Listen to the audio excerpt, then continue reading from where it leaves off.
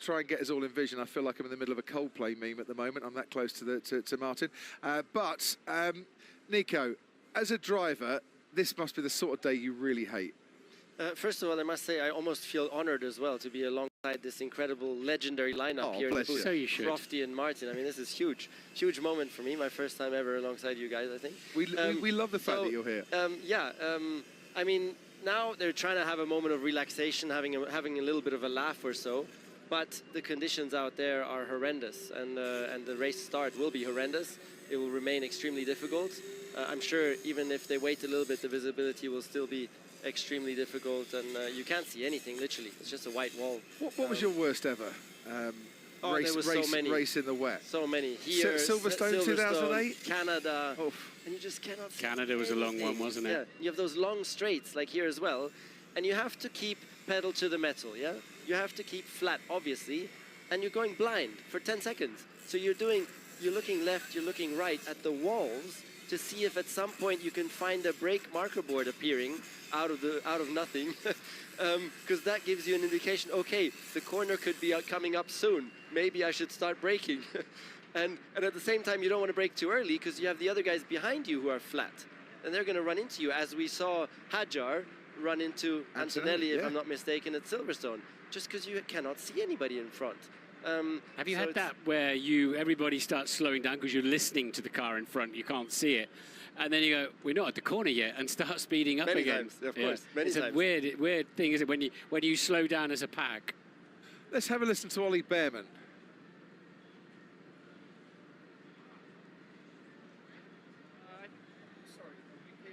Delay. How are you feeling? What have you and the team been discussing here in the garage as we wait for things to get back underway?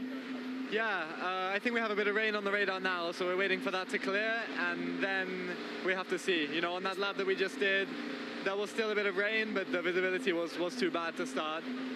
It's different in different parts of the track because they have different bits of tarmac on the circuit, so yeah, we'll have to wait and see. I'm looking forward to the race though, because I think we've made the right call with the downforce configuration. Hopefully it puts us in for a good one. What do you think is possible then when things do get going again? How far up the order can you get yourself? Yeah, let's see. I don't want to make any predictions, but I had a good feeling yesterday in the dry. And we have a bit of a penalty in the straight line. You know, of course, we're a little bit slower, but hopefully in the corners in this slippery condition, we have a bit of a benefit. And can you just give us some insight as viewers?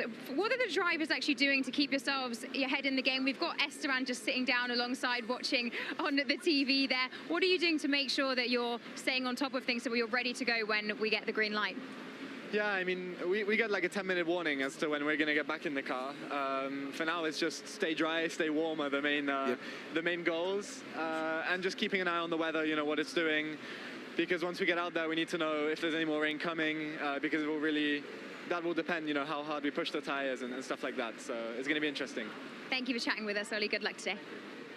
Interesting. The F1 equivalent of challenging, confusing, ridiculous. It covers many bases. As a non-F1 driver, now I've got two F1 legends with me in the commentary box, how do you keep your foot flat to the floor in these sort of conditions? How do you go beyond what most people would do, and that's like slow down? Because people watch the bravery and the skill of Formula One drivers in the wet, and I've no idea how you guys ever do what you do. For me, that's when you know whether you're still a racing driver or not. If you've lost the confidence to keep the throttle pinned, as Nico was eloquently describing, then if you can't do that, you've got to stop and get out of the car and do something else with your life. And as I said before, if you don't keep your foot down, somebody will just run into the back of you anyway. So you got to go and believe. So you still keep it pinned, Martin? Not why at my you're still age. racing? No, well, I am racing here actually. In September, I'm racing here. Yeah, my son's GT40. You haven't found yourself lifting then, I suppose? I will if it's wet. In fact, I said to my son, Alex, if it's wet or dark, you're in the car. I'm not doing either of those two things. If it's wet and dark, I'm probably going home. Right, you're allowed to do that, no problem. there's the Alpine pit wall, Flavio Briatore, who's seen a few wet races in his time, I'm sure.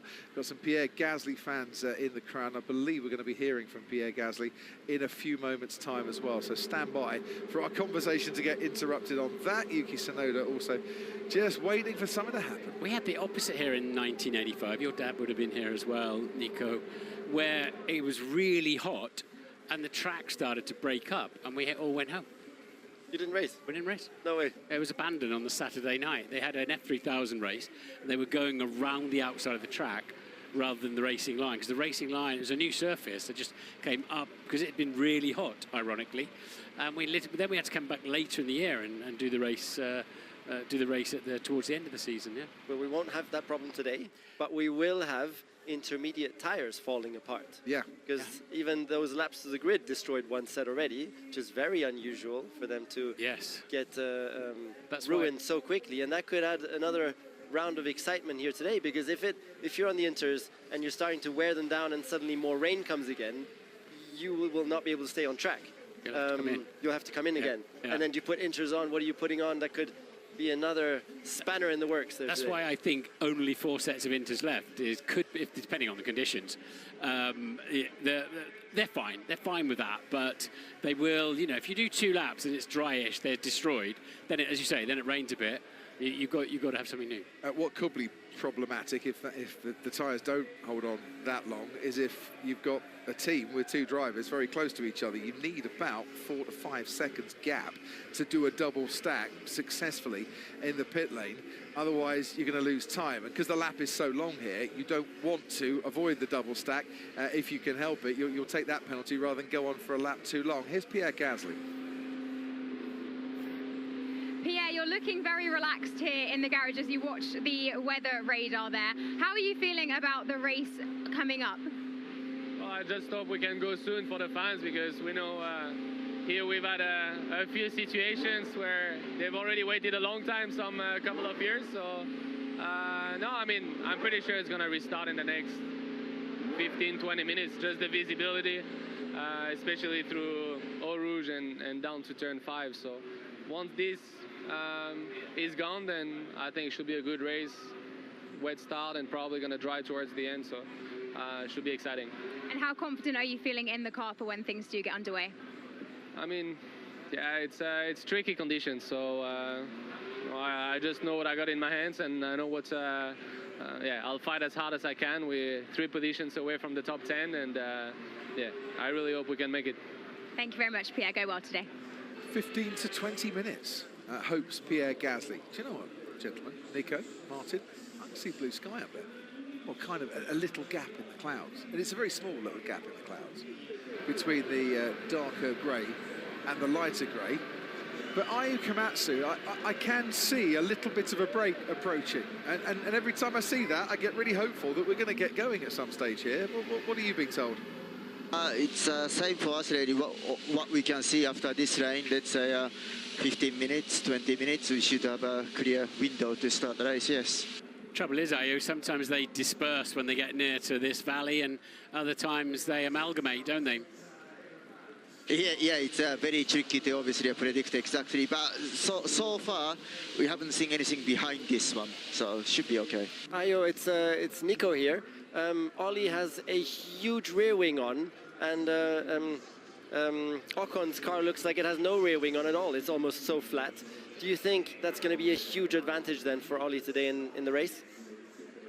Yeah, obviously depending on water level, how quickly it dries out, etc. But yeah, this is the thing, earlier on in this race, I expect Ollie to have the advantage, and once the track is drying out, then Esteban's gonna have more advantage as well. So we sort of like played it in a sliding scale, so of course Esteban motor was dry side, and then Ollie motor was wet side.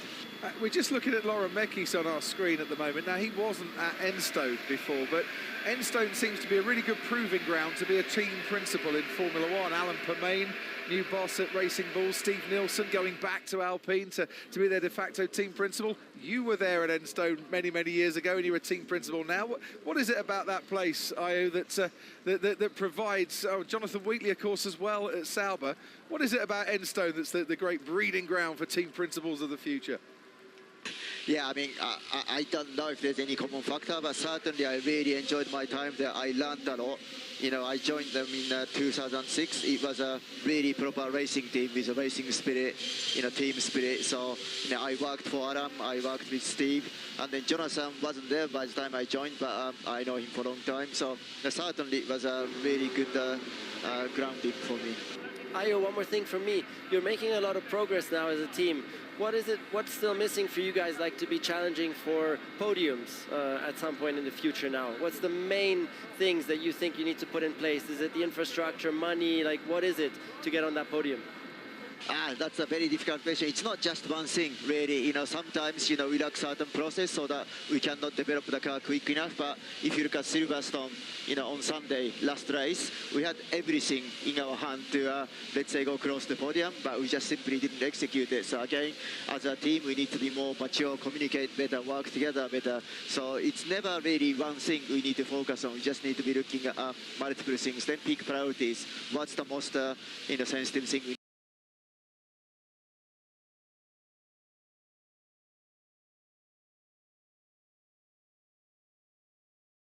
to focus on, the pick two or three battles, then focus on that, then keep moving on.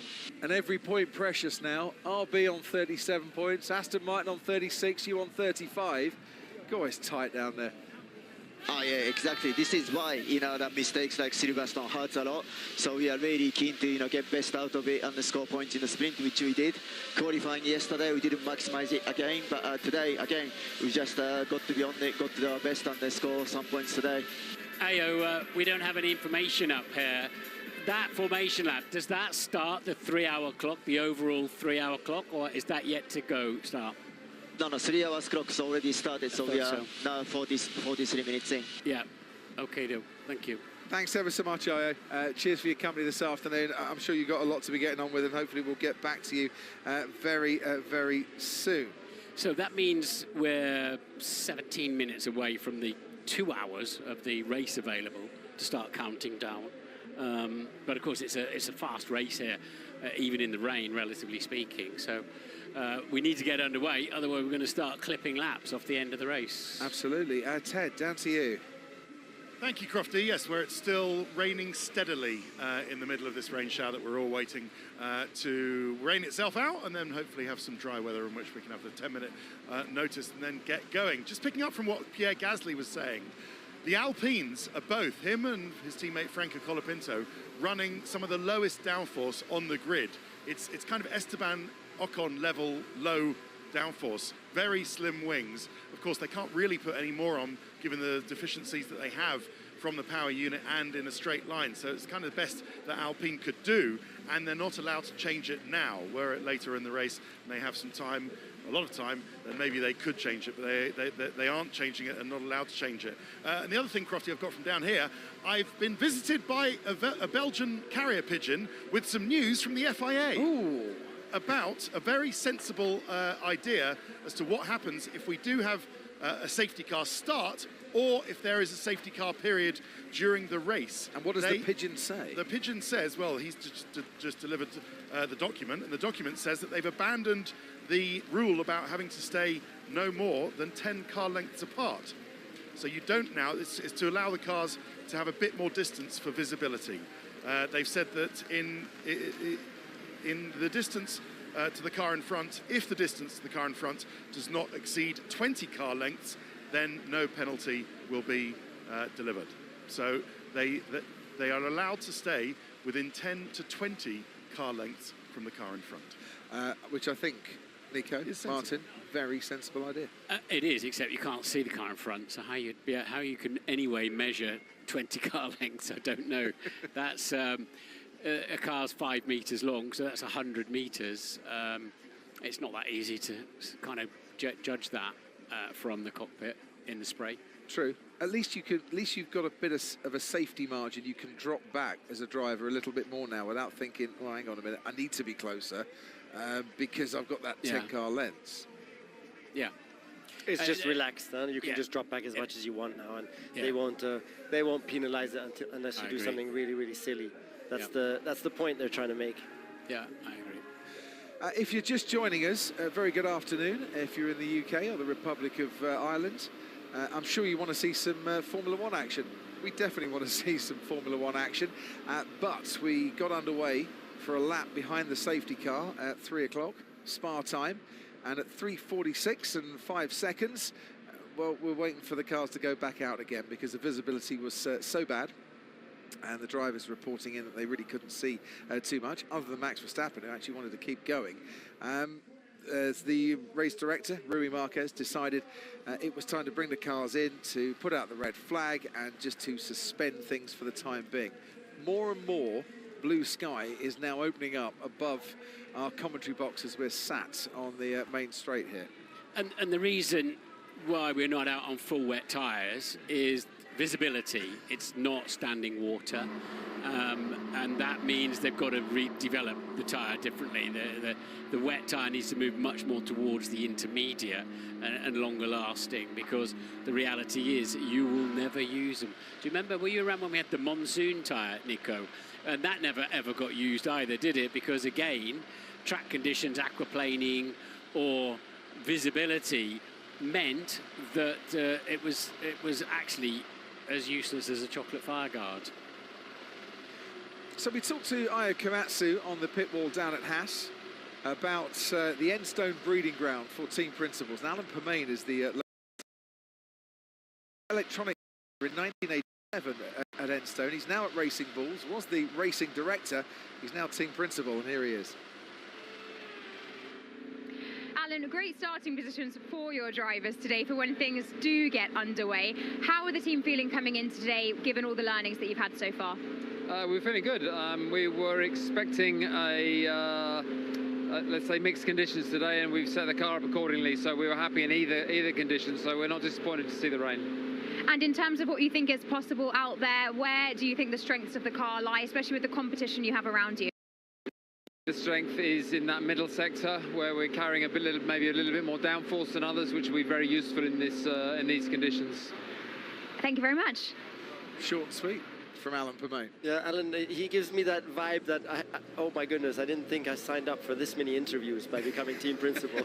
It might, but Alan is a top guy, and I've known him for many, many years, and he's always very amenable to stand and have a chat, but he has avoided doing a lot of on-camera interviews throughout his career, which might be the only jobs he's ever avoided doing in Formula One, Martin. Yeah, but he just likes to get down and run racing cars. You know, Alan won't use 3 words when 2 will suffice. Correct. Learnings. This is a word that's come into Formula One and has always used learning. Are you learning about learnings? It is. It's a plural noun, learnings. It's just become an F1 word, and I don't ever remember it before. But it's a bit like suboptimal, which is a very F1 word. But that was Ron Dennis, Sir Ron Dennis, who came up with that one. Mostly talking about my driving, I seem to remember, when I was driving for him. Did you ever meet or see Ron Dennis ever again in the last years? Saw him at Eddie Jordan's memorial in London just the other day. Actually. How is he doing? Has he just blocked out the F1 world entirely? Seems to have done. Yeah, I think he's building houses and running a lot of startup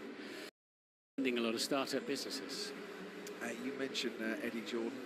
We come to Spa, conditions such as this, who would forget? And who could ever forget Eddie skipping down the pit lane after the 1-2 victory with Damon Hill and winning that day. Absolutely superb. Let's go to Craig Slater. He's in the paddock with Mattia Binotto, CEO at Sauber. I am indeed a man much in demand during this rain delay, but I think there's a thought that at 4 o'clock, so quite soon, 15 minutes or so, if there's no standing water, we're back under. Is our understanding? Yeah, it's our understanding. If you look at the radar, the rain should be, let me say, passing very soon, 15-20 minutes, and then it should be over for the rain. So good conditions to start.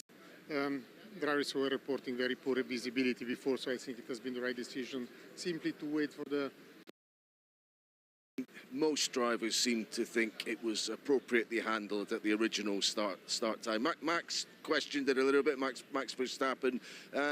What do you think? Could they have kept the cars out behind the safety car a little bit longer, or would that have not really made much difference, given the extra downpour we had? I think the tires were as well cooling down into very poor grip and poor visibility, so it would have been very difficult. I think from a safety point of view, I think it has been the right decision. And we know from the radars that the rain anyway will stop very soon. What hopes do you have for today then? Gabriel qualified in a good position. We saw what Nico could do coming through the field. Pit wall call is going to be key for him. Communication, pit wall calls, car as well performing is important. We have set up our car for those conditions today, and hopefully it may work well. So we are very curious. We are looking forward to the race today. So we are, let me say, we are really keen that the race will start very soon. Gabriel, he really has taken a step forward, hasn't he? I think he has been fast since the very start of the season. It's simply that the car was not really performing well, but now that the car is a bit better, he can show and prove what he's capable of. So I think he's a good rookie. He's very strong, he's very fast, very consistent, no big mistakes so far, and he's learning very quickly. One last thought. I haven't spoken to you since the news of Christian Horner emerged. Strange to have a race weekend without him finally? Yeah, obviously I think we are missing him somehow because it was part of the circus and we are getting used to. But that's not me to judge. Obviously, it's difficult for me to make any comments. I'm sure he'll be watching. Let's hope he can watch some racing sooner rather than later. Thank you very much, Mattia, who joins yet another Thank you very much, Craig Slater, with Mattia Bonotto. Nico. Do we know if Zach Brown and Toto Wolff in Horner? I think they probably are, because every rivalry needs two parts to it, yeah?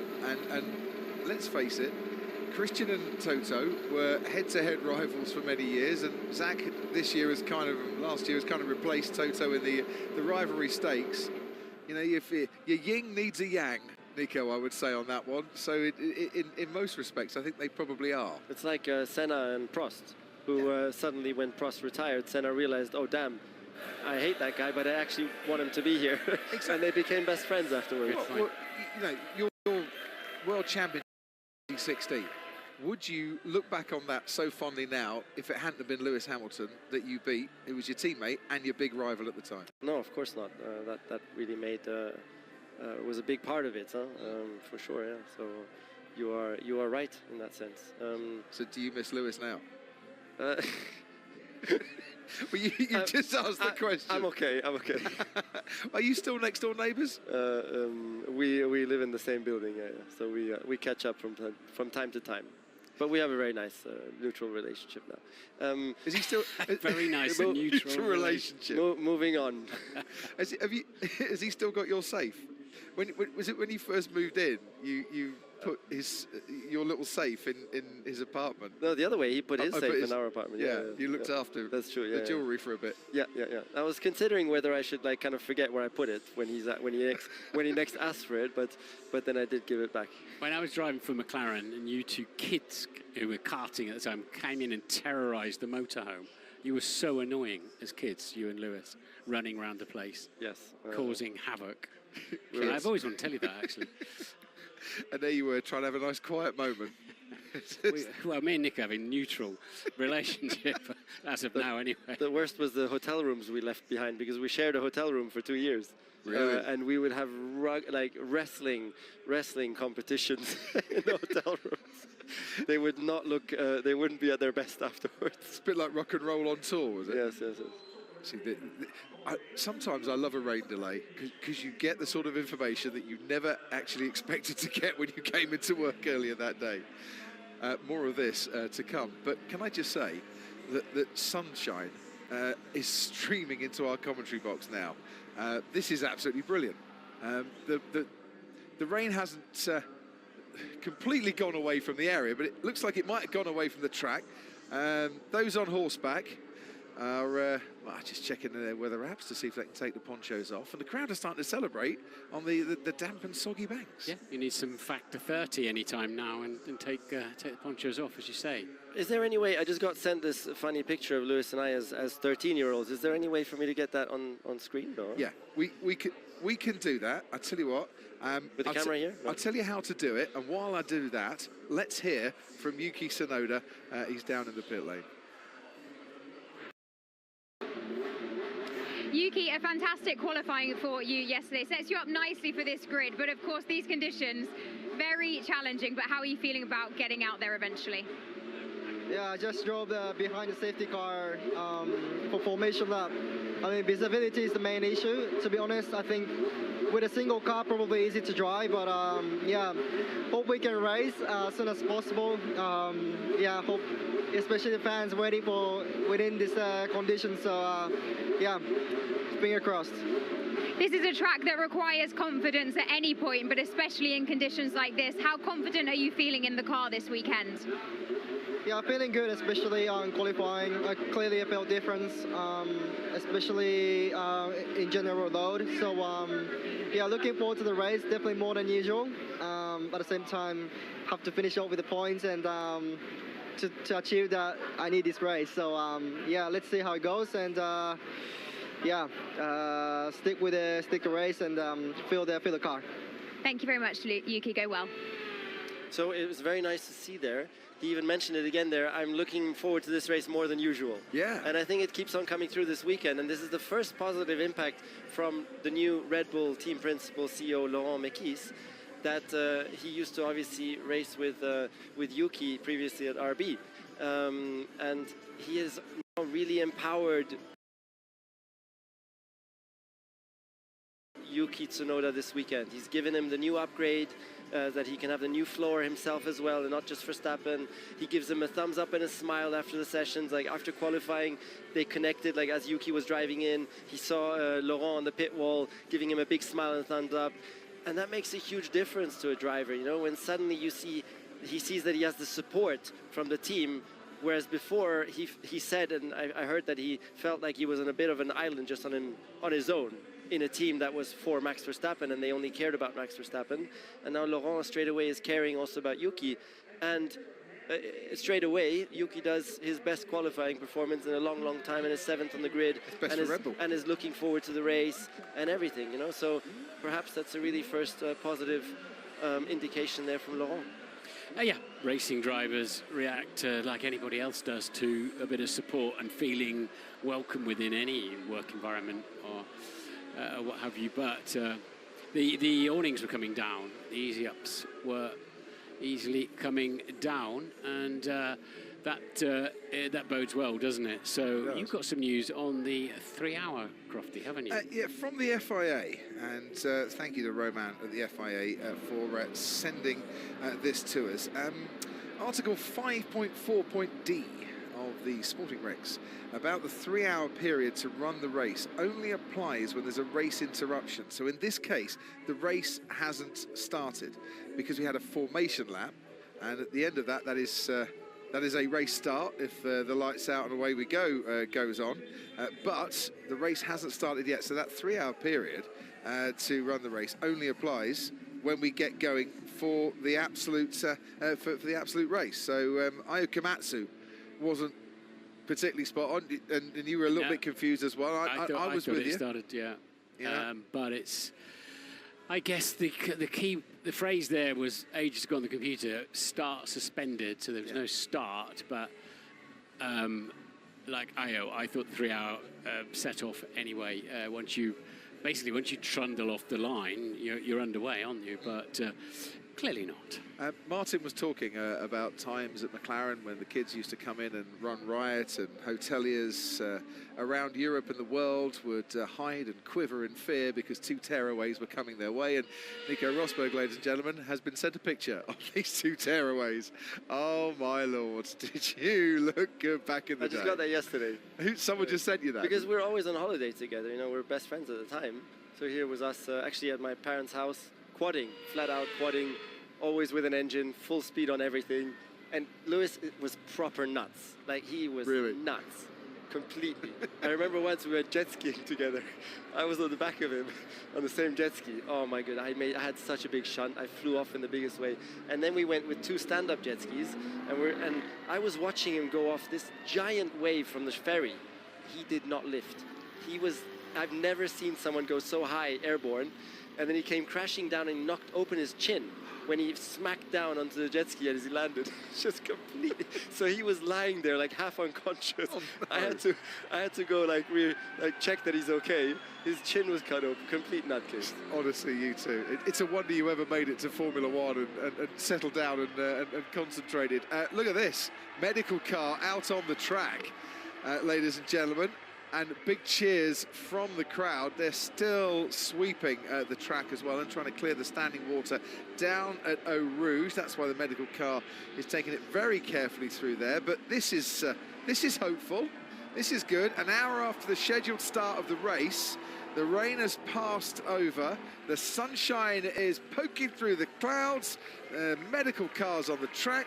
Ted Kravitz, hope and optimism rules supreme. I think we're about to get the 10-minute notice that the race will start, at least under the safety car or whatever it's going to do. But interrupt me if that 10-minute notice comes, because all the teams have now stowed their gazebos, their easy ups, and they're just expecting the 10-minute notice to be given any second now. Just a question, if any of you were wondering why they're not running the full wet tyre, or why we don't make more use of the full wet tyre, or what use is there in having a full wet tyre if we don't use it, the answer we had from McLaren's Andrea Stella earlier in the day, and the answer I think we've said before in these situations, is that while it does disperse more water, it's not the problem about keeping the car on the track, it's just the visibility. So even if they were to go round on the full wet tyre, the visibility would still be so terrible that they couldn't race, and that's why they tend towards the intermediate. The full wet tyre is actually better in slower speed corners and of course in aquaplaning situations, but under this kind of race where it's likely to be raining and then drying out, the limiting factor is just keeping the visibility okay, not in terms of actually keeping the car on the track, if any of you are wondering. I'd quite like to see 20 SUVs having a race, actually, judging by that. That looked really good, didn't it? Sliding around there. The DBX, isn't it? 707. Well, we had that once in the history of F1, 1985 in Nürburgring, where all the F1 drivers got into the same road car, Mercedes at the time, I think SLs. 190, and had a race. 190Es. Were you in that? No, I didn't get invited to do it. It was it and then Alan and Nicky and Did your dad win that? And my dad was in it, and Ayrton dominated. He did, absolutely dominated. Ayrton Senna dominated and won that race by a mile, which was interesting. I would be all up for seeing F1 drivers in different cars racing for fun over the course of a weekend. And in fact, I'd be up for seeing the F1 team principals do it as well, because that could be more fun. Well, they still laugh at the Lego lap they did in Miami, don't they? Great. That was one of the best laps we've had in 2025, and every single driver came away from that buzzing, saying, can we do that again, please? I mean, the damage was quite substantial to these Lego cars. So that's where the medical car's stationed,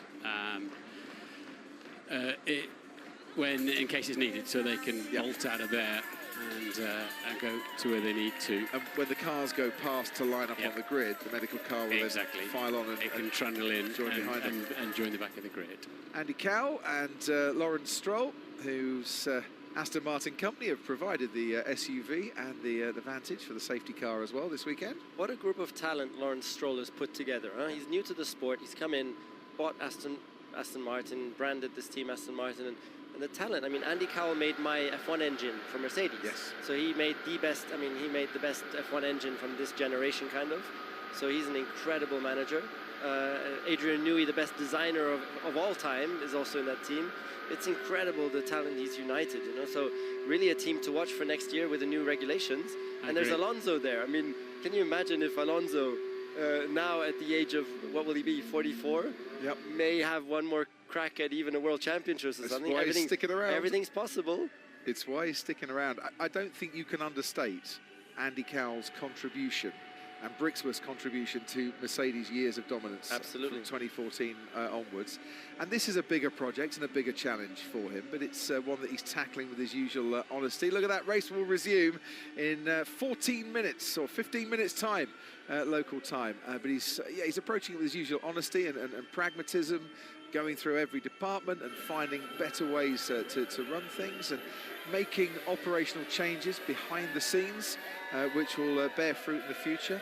Bringing new staff in, Enrique Cardili from Ferrari was someone that they've been trying to get for a while, and I think they're getting ever closer to a resolution with Ferrari on that, and he'll have a big impact on the chassis side. Adrian, as you mentioned, on the aero side. But yeah, Honda project for next year, making their own gearbox for the first time as well.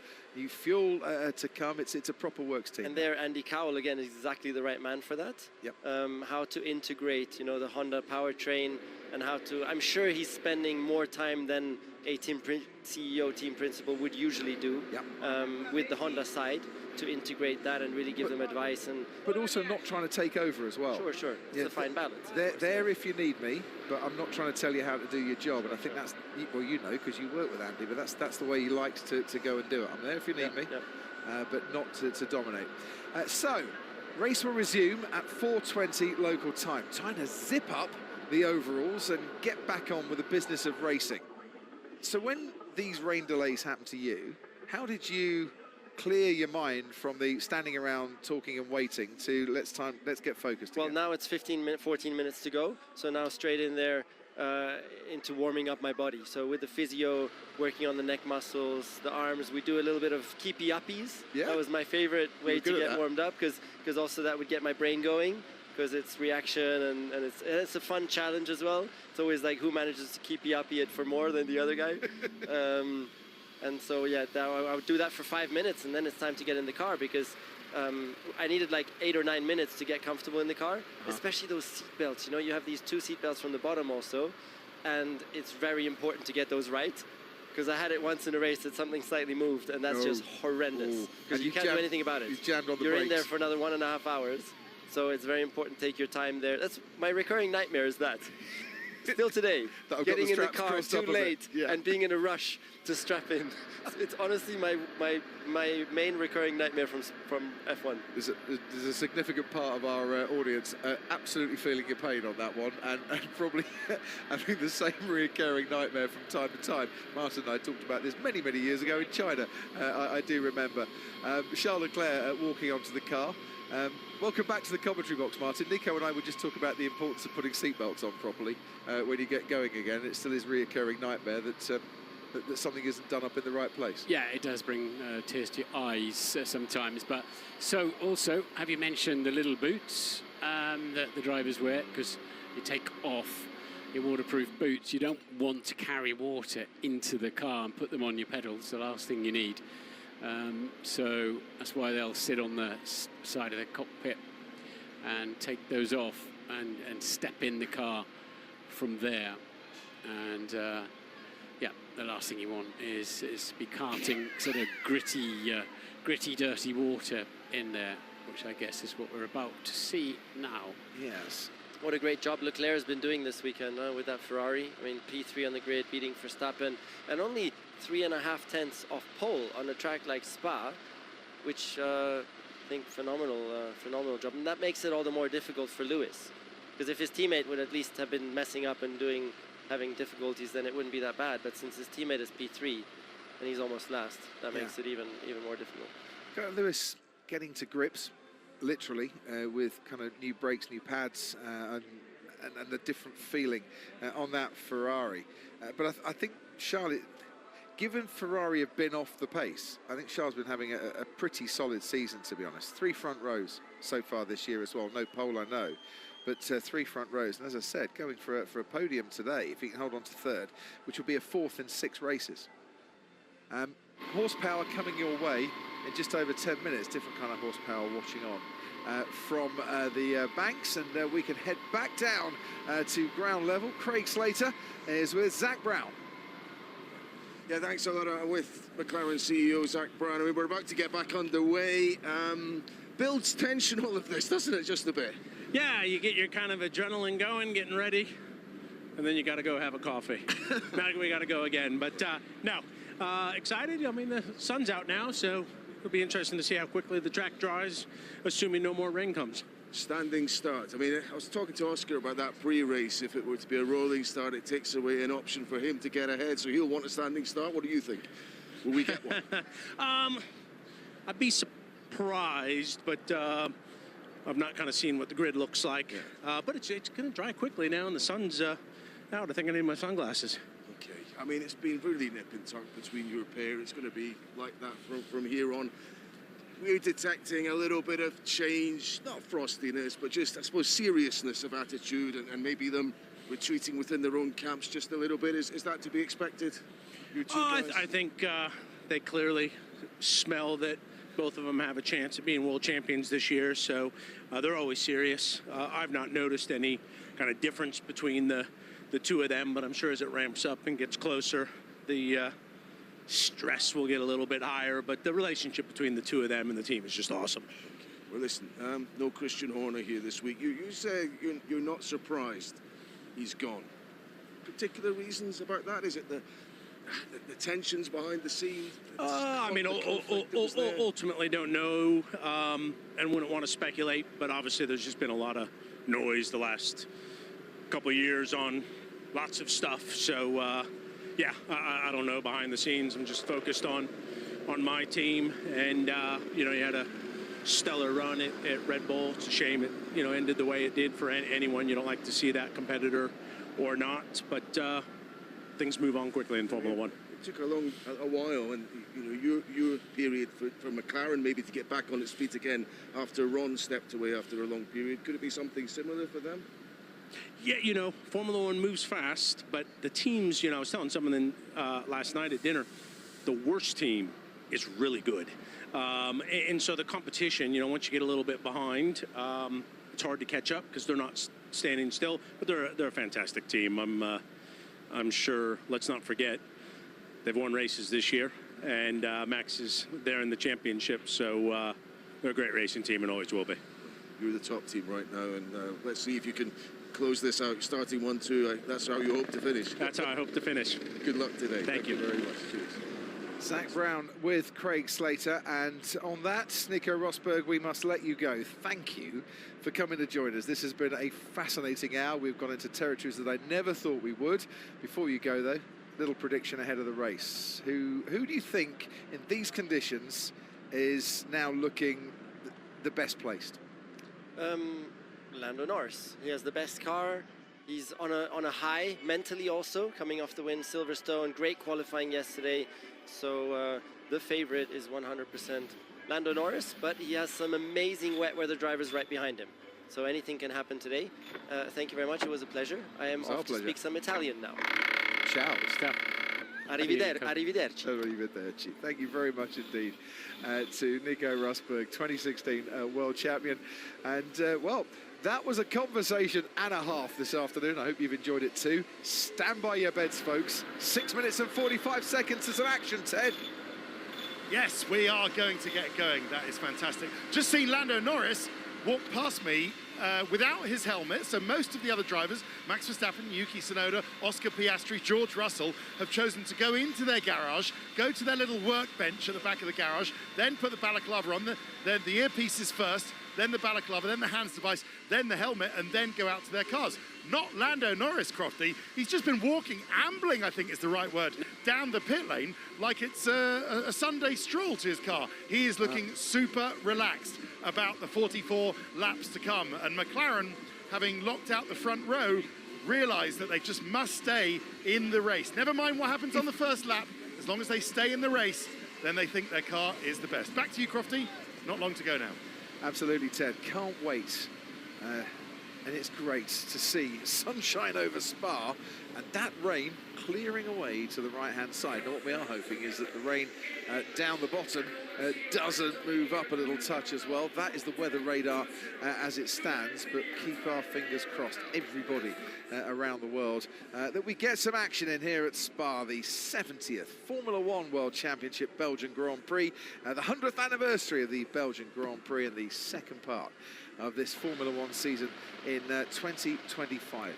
And it has been, for a 75th anniversary season, it's been brilliant so far, Martin. And I think whilst McLaren are that dominant team, more than double the points of Ferrari, the team in second place, we have two drivers out in front in Oscar Piastri and Lando Norris that are free to race and free to carry on giving us the action they give us. Absolutely. So yeah, and then all the way through the field, it's been close, it's been tight, it's been unpredictable. So it's been everything we hoped for this season so far, and I think it's going to get quite spicy yet. So the race will start behind the safety car. So we have to pay careful attention to the exact wording because. Okay, Kimmy. So at the moment, information we have is it'll be a minimum of 2 laps behind the safety cars, 2 laps behind the safety car, and then they'll call it. And that's the sort of information he needs. This is his first time racing at Spa in Formula One. You know, needs to know the procedure, needs clarity, and, you know, well done, Bono. Yeah, it does make you wonder why we didn't do this in the first pass as well, didn't it? At least some laps behind the safety car, but we didn't. And yeah, it's looking beautiful out there now, isn't it? And then if it stays like that, within a shorter period of time, they'll be thinking of slick tyres. So, but that's what we have. So yeah, the intermediates, they lift 35 litres per second into the sky at 190 miles an hour. The full wets lift 85 litres per second into the sky from where the rain came at 300 kilometres an hour, 190 miles an hour. The quickest way to run a bath is to use a set of Formula One extreme wet weather tyres. It's the best way to put that one. Right, just over 3 minutes to go here. And to remind you, if you were just joining us or you were with us for the build-up, we haven't seen the action over this weekend, we've got 4 drivers starting in the pit lane. Lewis Hamilton and Kimi Antonelli, and also Carlos Sainz and Fernando Alonso as well. And they will join the back of the pack behind the safety car. So that disadvantage of starting in the pit lane has gone by the time we'll get the race started, because they'll have at least 2 laps behind that safety car. So wise decision, I think, for each and every one of them. Carlos Sainz needed setup changes, power units issues, where Kimi Antonelli and Fernando Alonso and Lewis Hamilton, all of whom needed another engine in the pool at some stage, and this was very much the best time without too much of a penalty to take those power units and to be used for the rest of the season. At McLaren, reliability has been their strong point. It really has, other than Lando Norris and his exits in Canada after clashing with his teammate. The team consistently finish in the points as well. They're on a 50 race streak of consecutive point scoring finishes, so when they do finish, they score points and they finish well. Yes, they've got more than twice as many points as Ferrari, who are second in the championship. So McLaren looking very strong on that front. You know, as you pointed out yesterday, the end of the sprint, the third sprint of 6, that was actually the halfway point of the season. There's a lot of racing and a lot of World Championship points to play for at the moment. There certainly is. I think the smart money is that it's going to be Lando and Oscar chasing down the title, and McLaren going on for a second consecutive Constructors title. But just a few races ago, Lando Norris was saying, well, you're silly if you think that Max Verstappen is not a threat in this World Championship. And on any given Sunday, the 4-time champion is often there or thereabouts. The Argentine fans cheering their man on, Franco Colapinto's future remains a little unclear at Alpine as to how long he'll be in that seat. It's a performance business, Formula One. If he performs, he'll carry on, but will a decision be taken after the summer break as to his future? George Russell starting 6th on the grid. Happy Norfolk Day to George Russell, to Martin Brundle, and all those celebrating the great county of Norfolk today. It is a great county. It's the best, actually, I would say. And you notice I've waited until the sun's come out to wish you a happy Norfolk Day. I didn't want to do it in the rain. That's not Norfolk, right? I tell you what, it's the driest part of the UK. It's beautiful over there. Palm trees and everything. Is it really? In the fens, yeah. Norfolk, home of Nelson, George Russell, Martin Brundle, and I'm sure a couple of other people as well. Pocahontas lived up in North Norfolk as well. Really? Yeah. In North Norfolk? Yeah. Peacham. I love that fact. 15 seconds to go. Thank you for sticking with us all the way through this lengthy rain delay. But after an hour and 20 minutes, ladies and gentlemen, sound your horns, ring out the bells, The cars are coming out onto the track, so 2 laps behind the safety car. And this is saying that 1 of 44, we're on lap 1 of 44. So this is the first lap of the race, as it were now. We've had the formation lap. These are now laps behind the safety car until we can get going with proper green racing, but they need to count these against the 44 because of course all the cars are fueled for a certain amount of laps here, and they haven't added extra fuel while they've been sat in the pit lane. So whatever we do here has to count against the 44 race total. Why didn't the first lap then count? What's the difference? But anyway, if a race procedure is suspended, the race as an entity must have started. You know, the formation lap counts as part of the race procedure. Yeah. But, fuel won't be a problem today now because obviously you use less fuel in wet conditions. You're a lot less full throttle per lap. But good, we are underway. We are on a racing lap, albeit behind 2 of those behind the safety car. And it sort of does feel like this could have happened 10 minutes ago, doesn't it? 10, 15 minutes ago, but it didn't. And here we are. And so we've still got a race to look forward to. It's much better. Oscar, how is the visibility? Quite a lot better than before. Through Rouge. After Rouge, it's still quite bad. Yeah, the straight's still pretty bad. Luckily, that clears away quite quickly. What are your drivers saying, Io Komatsu, on the Haas pit wall? Have they radioed into you? Not yet, but I expect the visibility is still a bit of a challenge. Are you as excited as us now we've got cars on track? We can go racing, please. Absolutely, yeah. And it's going to be judging this how quickly this track condition changes, right? So you got to pick the right moment. So yeah. There's a little bit of standing water that we've seen, not a lot, but that can clear up in 2, 3, 4 laps maybe? Yeah, I don't know exact number of laps, but I expect it will dry up pretty quickly, yes. Io, thank you.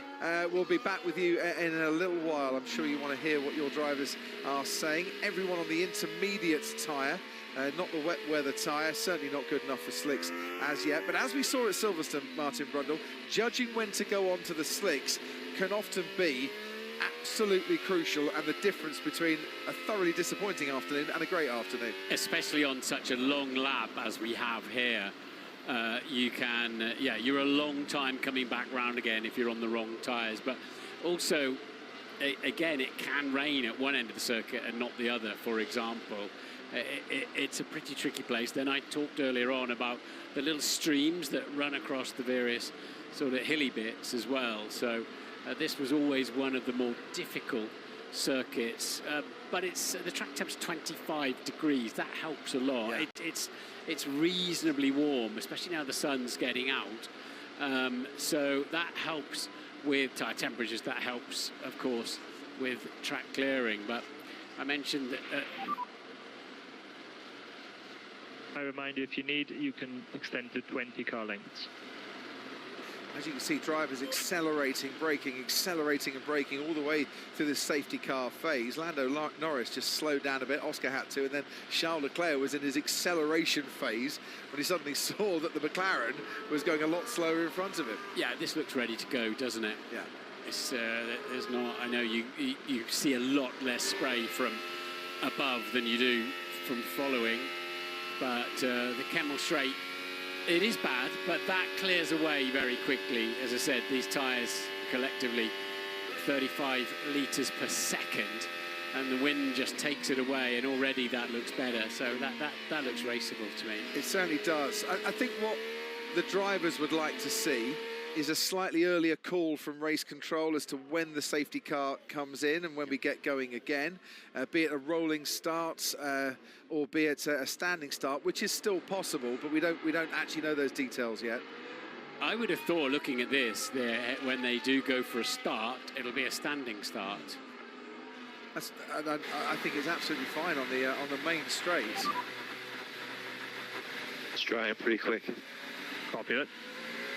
Lewis Hamilton, a man for these sort of conditions, giving his feedback on the track too. as he makes his way around, currently in 18th place. But they're going through Curve Paul Frere, and Stavolo and Curve Paul Frere at the moment. No indication that the safety car's coming in at the end of this lap. I think after Silverstone, where Oscar Piastri had 2 restarts, where it was quite a late call for the safety car to come back in, one of which he got a penalty for, the other which wasn't referred to the stewards, and he might have got penalised for that as well. I think after that, Martin, we'd like to see a slightly earlier call so the drivers have more time to get things sorted. Yeah, it was really tough for Oscar, that one. He breached the regulations and he took a penalty. I think they were mitigating circumstances. They could have made that 5 instead of 10-second penalty, in my personal opinion. They chose not to. The right side of the grid still a lot wetter than the left. And yeah, it's not side to side equal. Yeah, that's clear on the video. That's an important message there, as Lando Norris goes through that right-hand side of the grid, because that's where pole is. So if he's thinking it's a lot wetter, he doesn't want a standing start, because he's at a massive disadvantage. No, and that's a message to the other 7, as we've only got 16 on the grid, to go down that side of the grid and dry it out a little bit, which is what Lando was doing there. So through Eau Rouge, see, on the racing line through Eau Rouge, that standing water has been cleared away. The safety car will go as fast as it possibly can. It's never going to go as fast as a Formula 1 car, but it is a safety car. It's there for safety purposes. But you can see how quickly the F1 car can accelerate up to it. And Lando clearly thinking also it could well be declared a standing start. It's the race director's decision. Rolling start, standing start.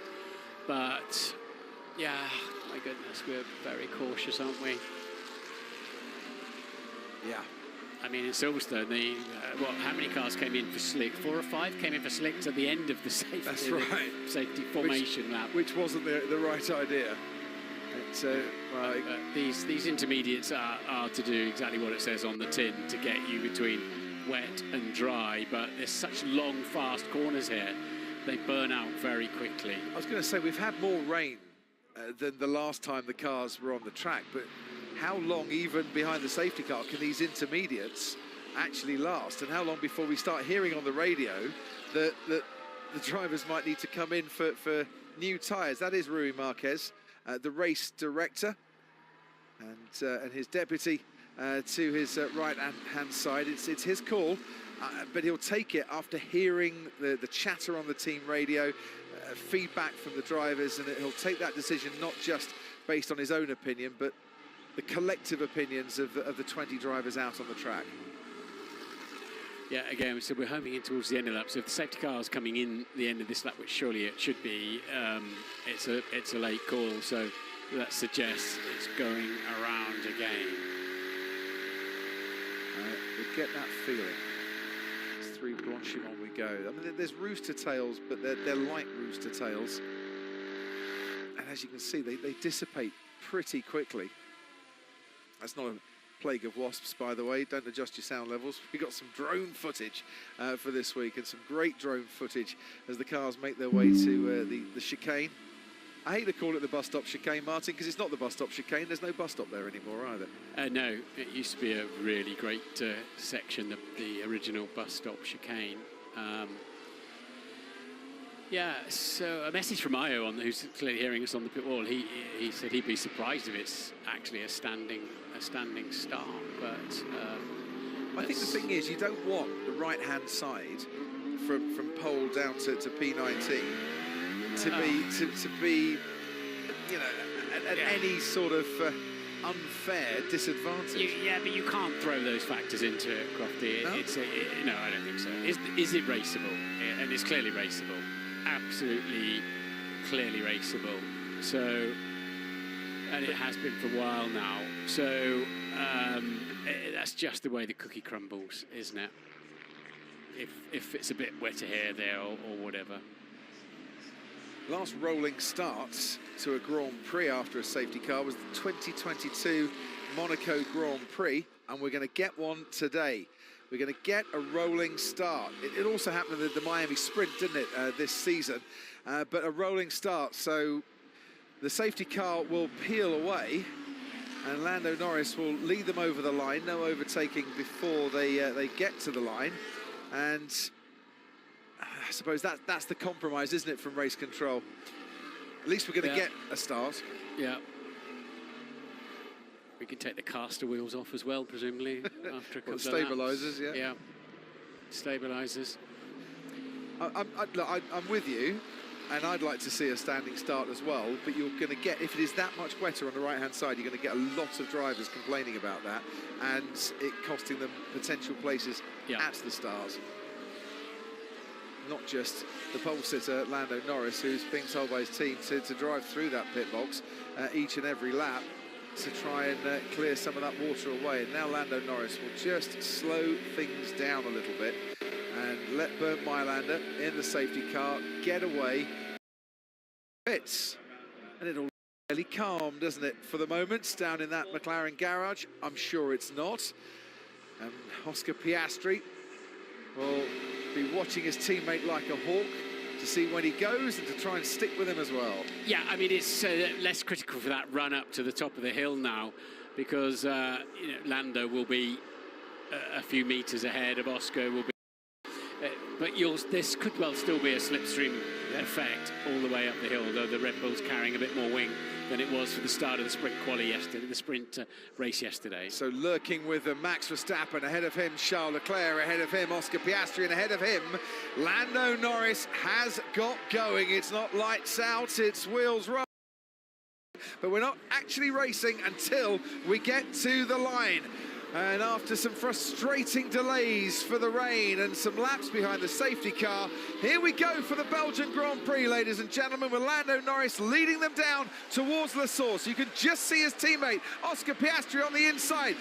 Charles Leclerc ahead of Verstappen, ahead then of Alex Albon and George Russell and Yuki Tsunoda as they make their way round La Source. And a little bit of a slide for Lando Norris coming out of La Source hairpin. That's put Piastri on his tail in his slipstream, and that Ferrari too will be getting a lovely slipstream up the hill. Where Piastri was vulnerable to Max Verstappen in the sprint yesterday, Lando Norris is vulnerable to Oscar Piastri, who has swept past him before they get to Les Combes chicane. And the championship leader, as they go into that chicane, leads the Belgian Grand Prix from his teammate Lando Norris. Yeah, Lando, I think, telegraphed that way too early and put himself at risk by having his teammate on his tail. Then the wheel spin coming out of La Source hairpin. Leclerc looking pretty feisty there in third place. And Carlos Sainz getting past Lance Stroll and up at a P16 and really twitchy on board with Lando Norris as out of Rivage he goes and now plunges down the hill towards Pouhon, and you can see where the track is drying out as they get out of turn 9 and before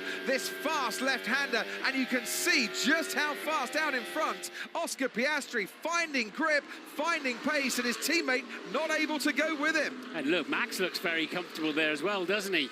Darting around behind the gearbox of the Ferrari of Charles Leclerc. So Lando is going to get busy, I think, unless he can settle down and find the pace of his teammate. But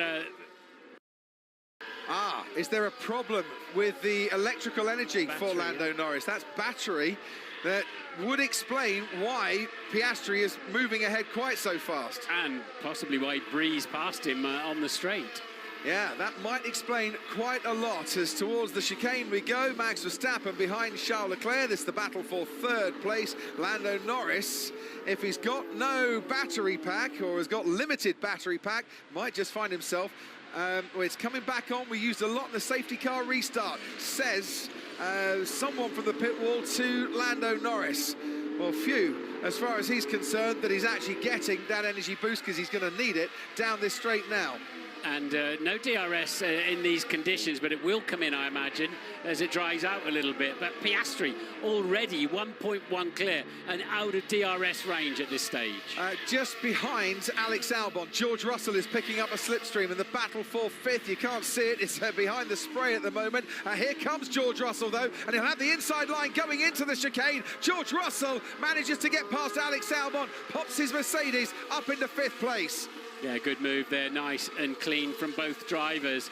And we saw Lando Norris already going to look for the wetter part of the track, going up to the Les Combes chicane. because they know these intermediates from when just going to the grid, how gnarly they looked when they got there. I mentioned that Carlos Sainz had got past Lance Stroll. Now Lewis Hamilton has got past Lance Stroll and put his Ferrari up into 17th place. And we are on board now with Max Verstappen plunging down the hill towards the Fania chicane in pursuit of Charles Leclerc. Leclerc's wide. He has gone a little bit wide. No room to pass there, though, for the Red Bull driver. But you can see just how close Max Verstappen is. And we've seen him before in the past making a move around Blanchimont. And we're about to see that come again in 2025. How close can he stick to the Ferrari, though? Out of curve of Paul Frere as the drivers get their foot flat as they possibly can to the floor and accelerate towards the end of another lap. So the conundrum they're going to have, and Lando looks a lot happier now, doesn't he? The problem they're going to have is how far do they go on these intermediates? The intermediates will be falling away quite dramatically, but they don't want to take an extra pit stop if they think they can get them to dry tyres. Anthony Davidson at Sky Race Controls just told me that the message going to Lando Norris at the moment is Oscar Piastri might be struggling a little bit with his battery charge and deployment too. So is Oscar Piastri about to become a little bit vulnerable down that Kemmel Straight? We shall see. There's Gabriel Bortoleto in 10th place, holding on to that 10th place. The only movement is down towards the rear with Hamilton and Sainz picking up places and Piastri getting past Lando Norris. And you can see the rear tyres marking up already. You get this sort of dull patch. When they're slick tyres, you want a nice dull sheen, but not on these tyres. It means the surface is tearing. Piastri survives another blast between the trees towards Le Con chicane, and Max Verstappen, as he did on the previous lap, getting a lot closer to Charles Leclerc as Leclerc goes a lot wider through Rivage in that Ferrari, and Verstappen managing, I think with extra downforce from that rear wing, to take that corner a lot tighter and get better traction out of it as well. Leclerc's under a lot of pressure here from Max Verstappen, and you can see the dry line is starting to appear in some of these corners. Yes, and that's where the cars, the F1 cars, are most loaded, of course, with aerodynamic downforce, and that is why they're starting to burn a racing line through the water. And they've got to hang on to these intermediates to get to, if it's not going to rain again anytime soon, they're going to need dry tyres quite soon. Yeah. Anthony at Sky Race Control. Yeah, just to explain this battery pack issue. So when it rains, you're putting a lot more braking energy into the system, therefore a lot more recharge to your state of charge of the battery. The car learns as it goes where to deploy and where to harvest the energy. And they haven't had any wet running so far. So that explains why possibly everyone is going through this kind of uncharted territory right now. I'll leave it back to you. Yeah, because Lewis Hamilton's gaining on Carlos Sainz here through the spray, pulls to the inside of the bus stop chicane. Sainz will try and fight it, but he can't. Hamilton is through, and going off the track is Kimi Antonelli. Didn't get his braking right there, doesn't gain any advantage, slots back in behind Carlos Sainz. Hamilton is up into 16th.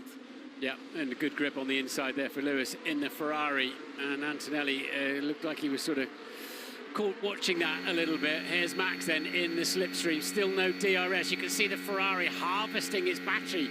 But no, that's the rain lights, of course, flashing at that time. But thought it was odd that he was harvesting going up the straight. But anyway, and every time Leclerc turns into a corner, he's just struggling to keep it anywhere where he wants to be near the apex. Max then looking for the damp track down into the hairpin. And Lewis Hamilton round the outside at Les Combes of Pierre Gasly. He dispatched Carlos Sainz at the bus stop chicane, and about 6 corners later is up to 15th. Franco Colapinto was the driver he got in the Alpine. So pace for Hamilton in these early stages here at Spa. Oscar Piastri, who led the first 36 laps of the British Grand Prix before that penalty that cost him the win, is out in front here by just over a second. From Lando Norris, Charles Leclerc holding off Max Verstappen still, but under big pressure. Those two pulling away from George Russell, Alex Albon, Yuki Tsunoda in 7th, Hadjar under pressure from his teammate Liam Lawson, and Gabriel Bortoleto in 10th. Yeah, Charles Leclerc's been on the radio complaining about understeer. We saw him struggling to make the apexes, didn't we?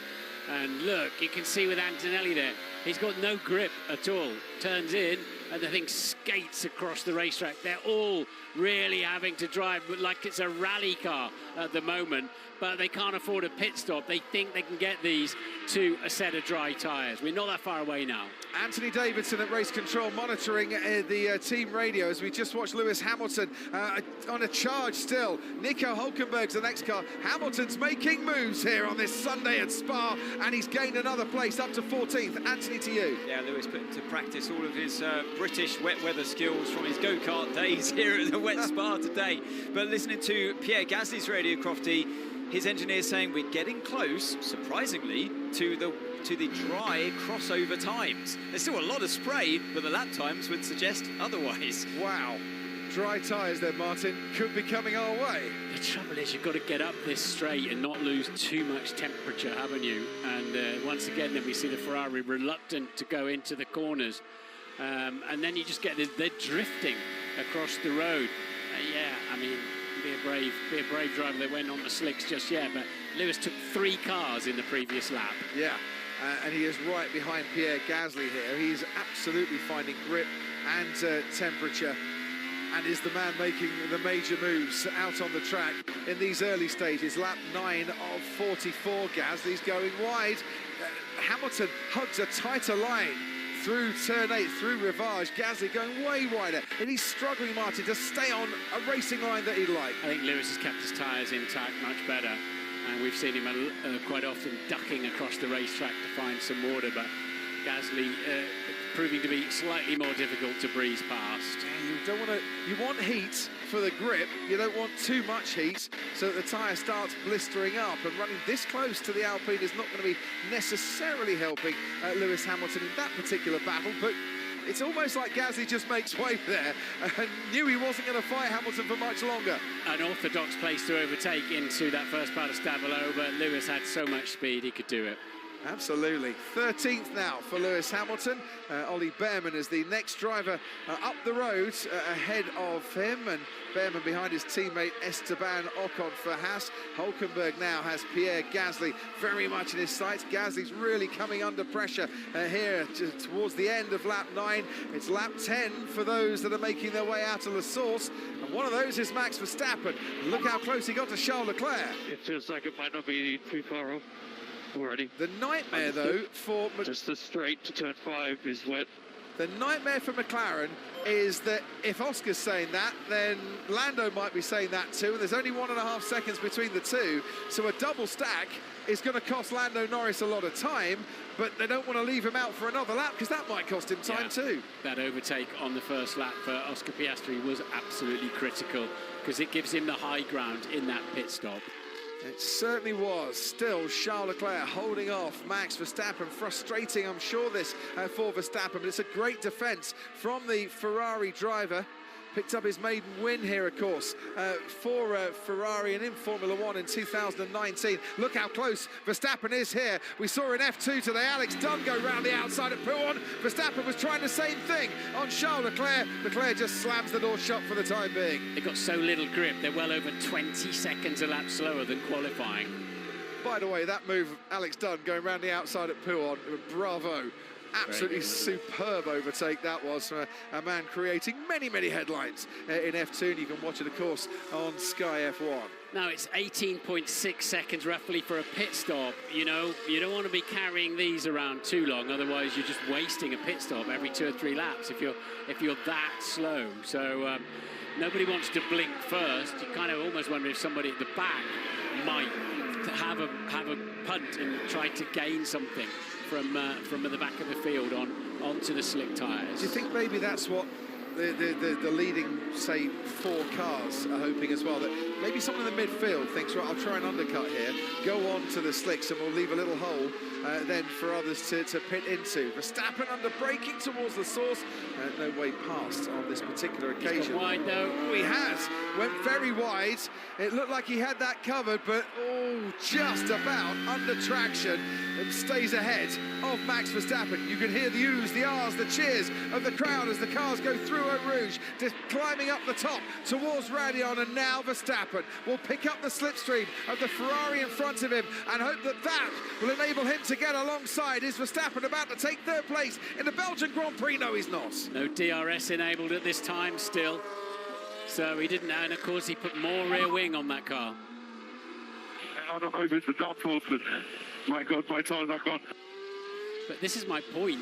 They're so slow. You'd get a pit stop. Even if you put a set of inters on it, you'd get your pit stop back in 3 laps. Ollie Behrman gets past Esteban Ocon and up into 11th place. The gap out in front, Piastri over Norris, has grown now to over 2 seconds. Charles Leclerc has got his hands full, and at the start of lap 11, found himself over 9 seconds behind the race leader, with Max Verstappen on his tail.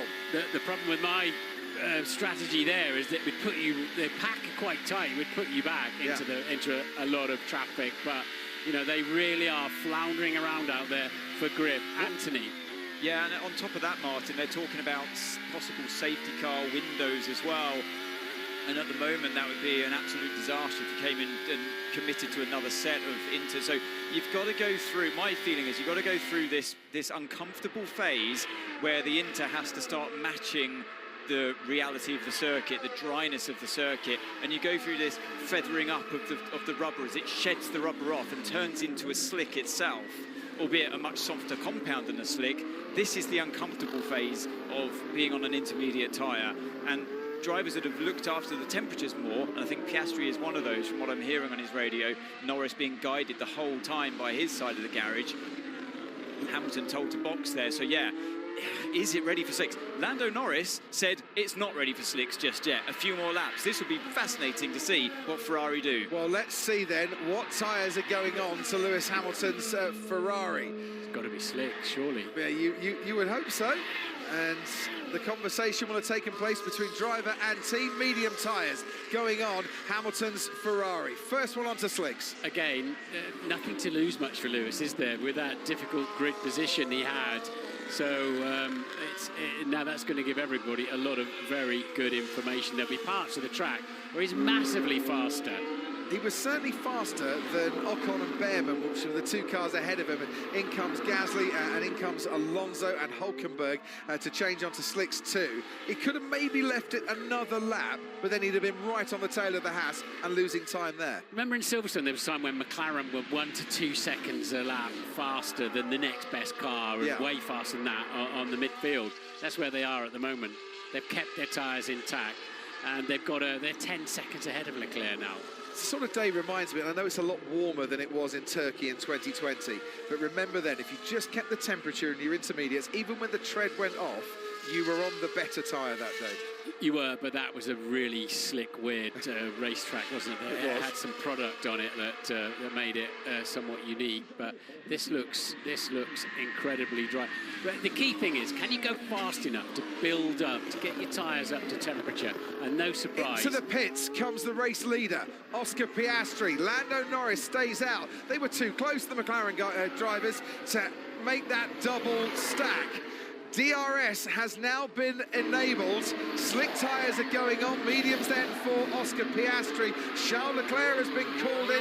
Max Verstappen has been called in as well. So this is where the pit crews can have a major influence. Can they make sure they get 4 tyres put on and the driver sent back out in time? Oh, and that was almost an unsafe release there for Charles Leclerc with a Williams coming in. Out on the track, Lando Norris carries on. Oscar Piastri in second place. Then Yuki Tsunoda and Isaac Hadjar, they are all on the intermediate tyre. There are so many more barrelling in to put the slicks on. Indeed, this could cost Lando Norris dearly. I wonder if he didn't just slow down a little bit and double stack there. Might have been a better bet, but he didn't. He's carried on.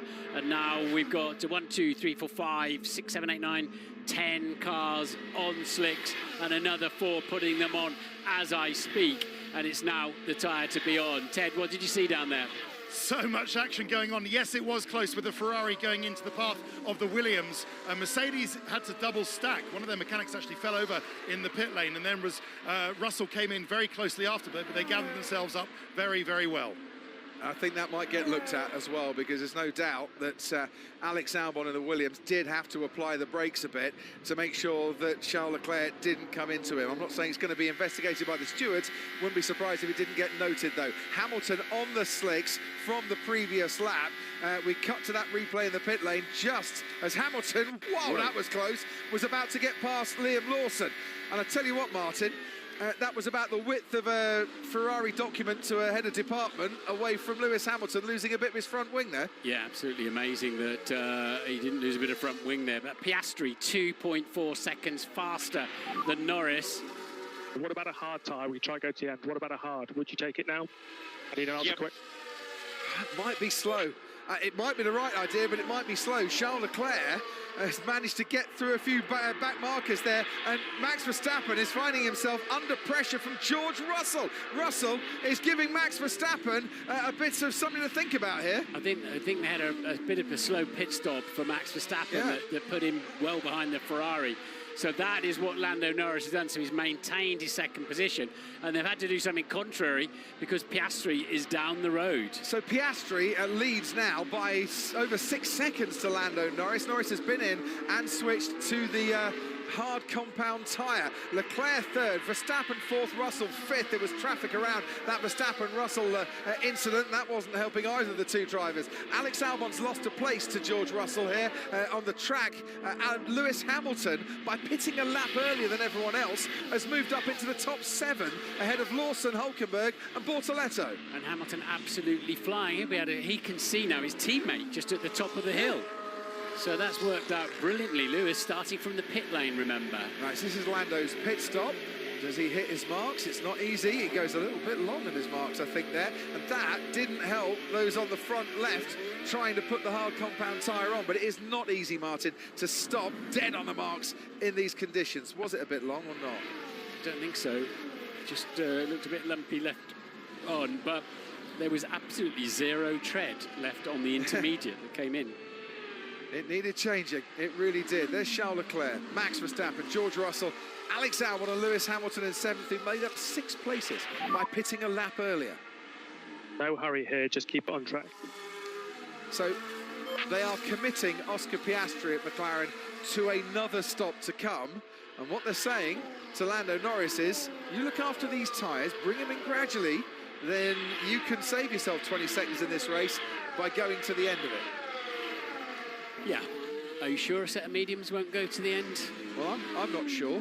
They did 15 laps just fine yesterday, didn't they, in the sprint? Less fuel on board, but it's a tall order, but and probably not is the answer.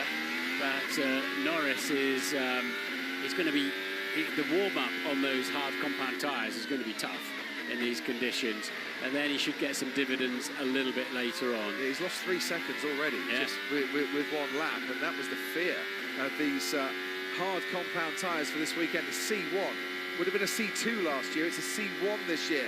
Pirelli hoping to give more strategic options by putting a tyre compound choice out that it isn't sequential. George Russell has a look. On Max Verstappen, nothing doing there. Into the chicane. Lewis Hamilton absolutely flying here. Fastest man on track by far. And on the last lap, he was, 7/10 of a second quicker than Alex Albon and Max Verstappen and George Russell.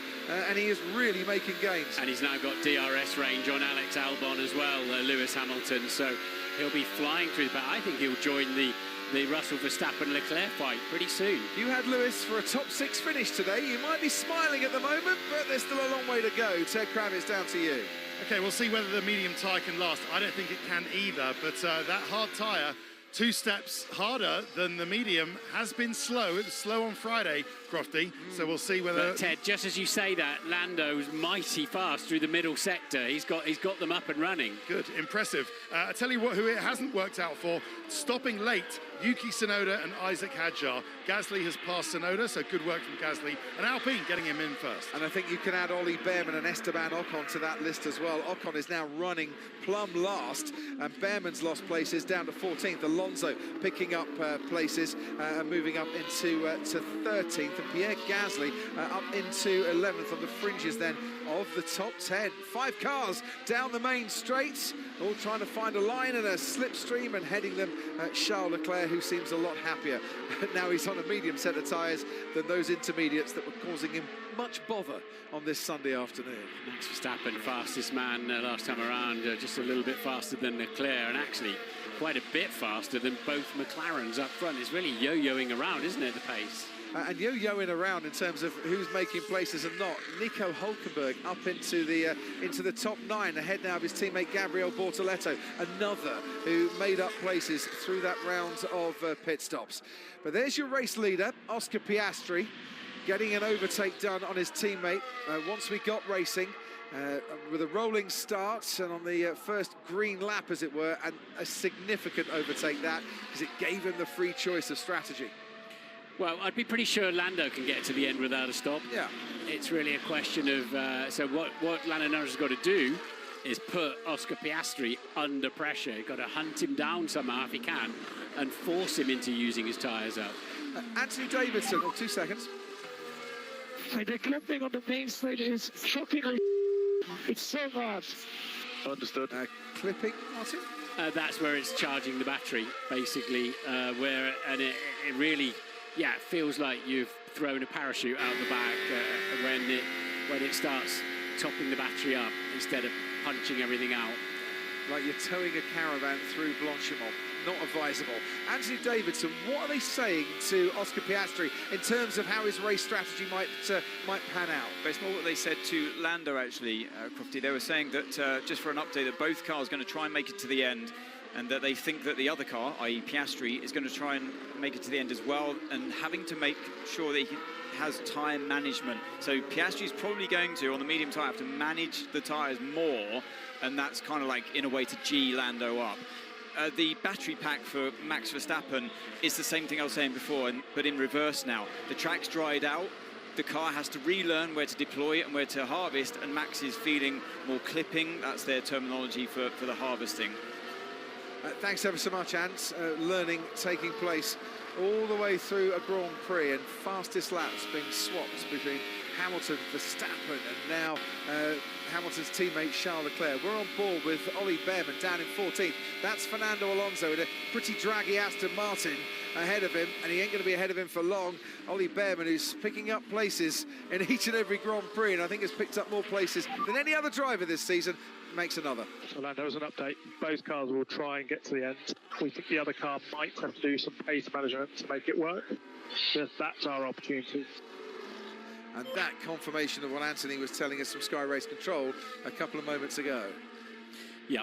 So you got to put him under pressure. Got to put his tyres under pressure. But Oscar Piastri he's got a 14.5, 15-second lead over Leclerc and Verstappen. That's not enough for another pit stop. They're all on the same tyres, of course. So Lando is the absolute outlier out there of all 20 cars are running. The only driver on the hard compound tyre, and he's just taken another 3/10 out of Piastri's lead. So they're working nicely. They are. Not quite as slow, maybe, as people were thinking. And Piastri, if he does stop again, has the option to go on to the soft tyre for maybe the last 8 or 9 laps, but he hasn't got any new sets of softs to use. In fact, the only other new set of tyres he's got is a set of hards. I wouldn't imagine he'd go on to those. But we wait and see. Lap 18 of 44, just under 9 seconds now. The gap between Piastri and Norris, that was over 9 seconds about 3 laps ago. Going through into La Source is Isaac Hadjar and Lance Stroll. Ahead of these is Kimi Antonelli, about to try and make a move on Franco Colapinto. If you remember back to the F2 race here last year, Kimi managed to get Franco going through Eau Rouge in the wet. What a great move that was on the day. He wasn't quite close enough to do a little repeat in F1 here of that stunning move. I think it was overtake of the year for F2 last year. Absolutely. So I'm just looking at the relative times, and you know, I have to say Verstappen and Leclerc are very much keeping the McLarens honest in terms of lap time at the moment, although they are about 15 seconds adrift. Lewis Hamilton stalled out a little bit now. Now he's cruising up behind Alex Albon, but that sort of relentless forward movement's fallen away a bit. Lance Stroll on Isaac Hadjar, easy pass for him, DRS assisted down that main straight. I think Hamilton being told on the radio, just start to look after your tyres a little bit here, Lewis. Maybe they're thinking at Ferrari, we can get you to the end as well, and you might need to get to the end on these because those around you will be doing so as well. And Hamilton just a lap longer on his tyres than Lawson behind him and Alex Albon just ahead of him. I can't help but think Lando May, they should have just backed him up a bit. He would have been allowed to do that because he wasn't interfering with anybody else's race and do a double service there, but they elected for one more lap. I suppose it depends who else was coming into the pit lane at the time as well. I can't quite recall if he'd have been held and delayed in his pit box at all. Yeah, I don't think there'd be, yes, there is that, but I don't think there'd have been anybody arriving early enough, would there? But that's a good point. It's a very good point. Cheers. Just told that Carlos Sainz was one that had to wait for others. When he came into the pits, he was 14th, and he's now running 19th. So he lost a lot of places. But I think when he pitted, there were more coming in at that time. Antonelli now in the slipstream, wing open, but he's not got enough speed in that Mercedes today. No.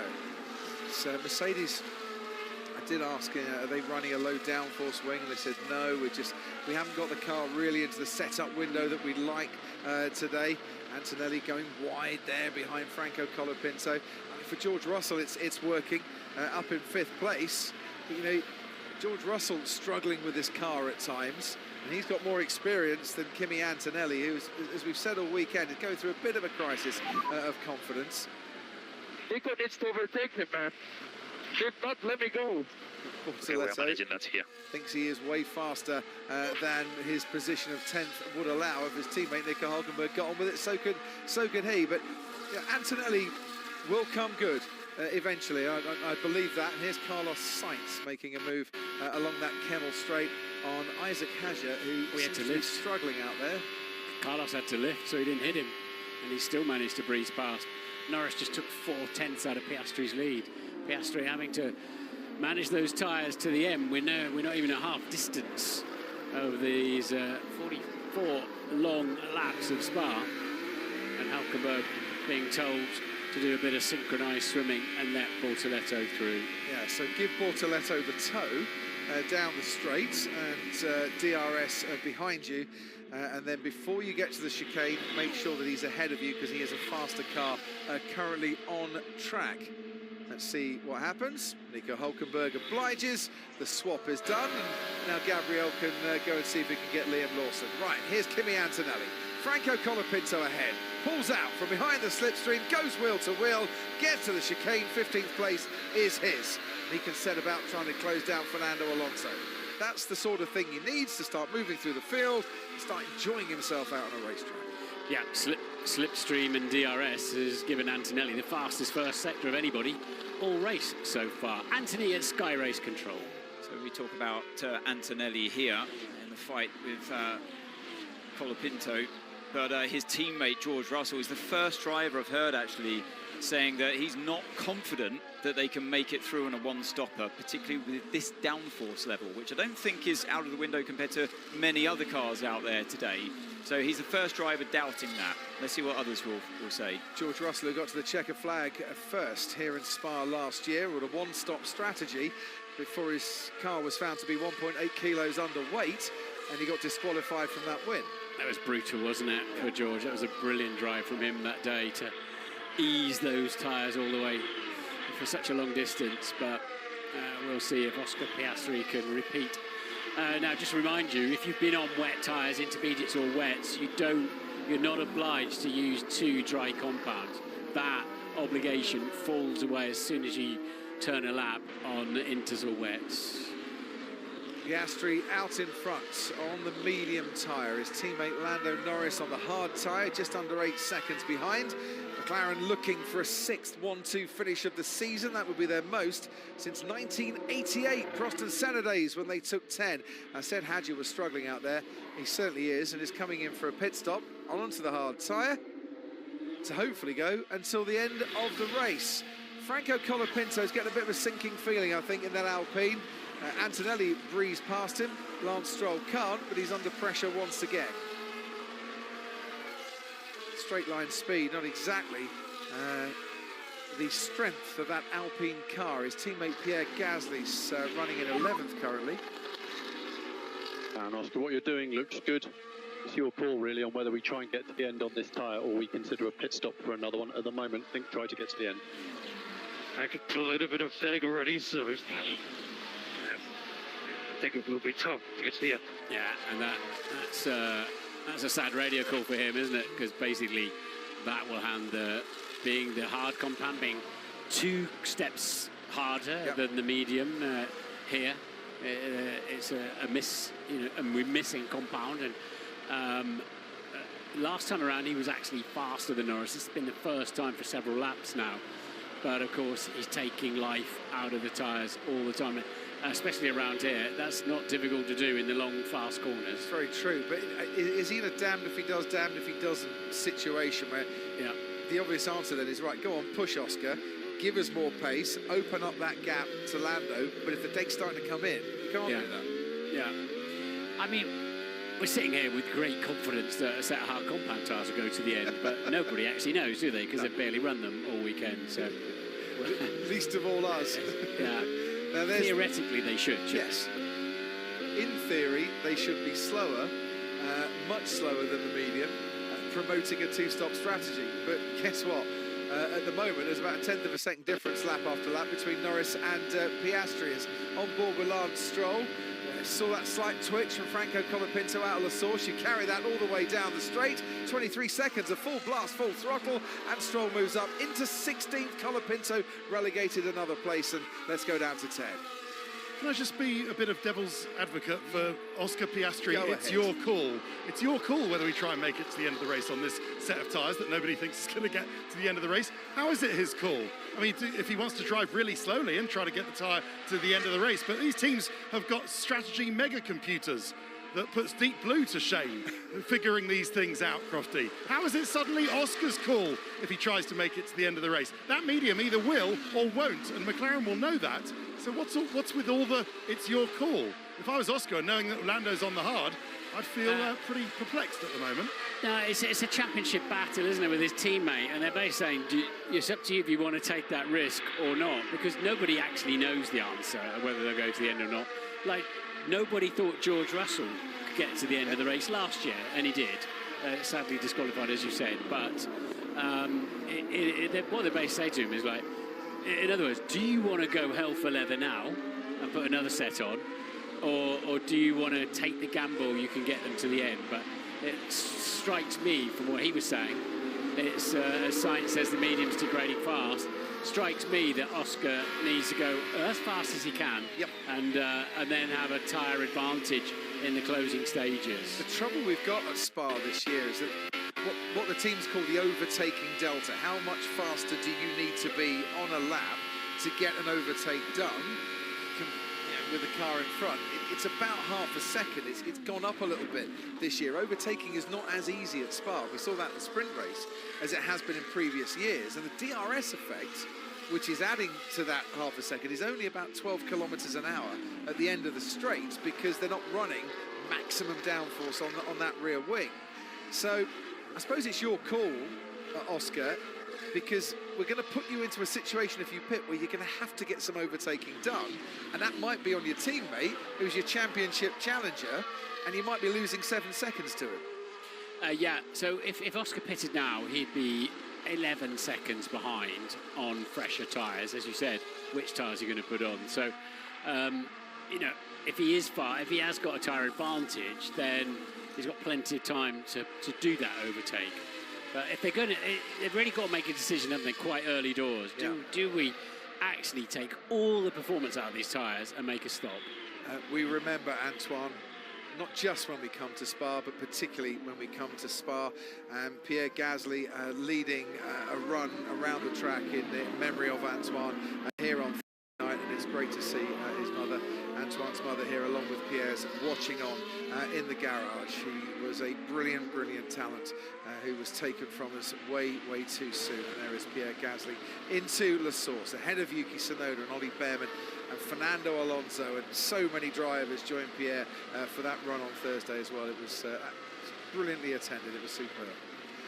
We're on lap 24 out of 44. We have passed half race distance, and that gap now 8.2 seconds. Piastri to Norris.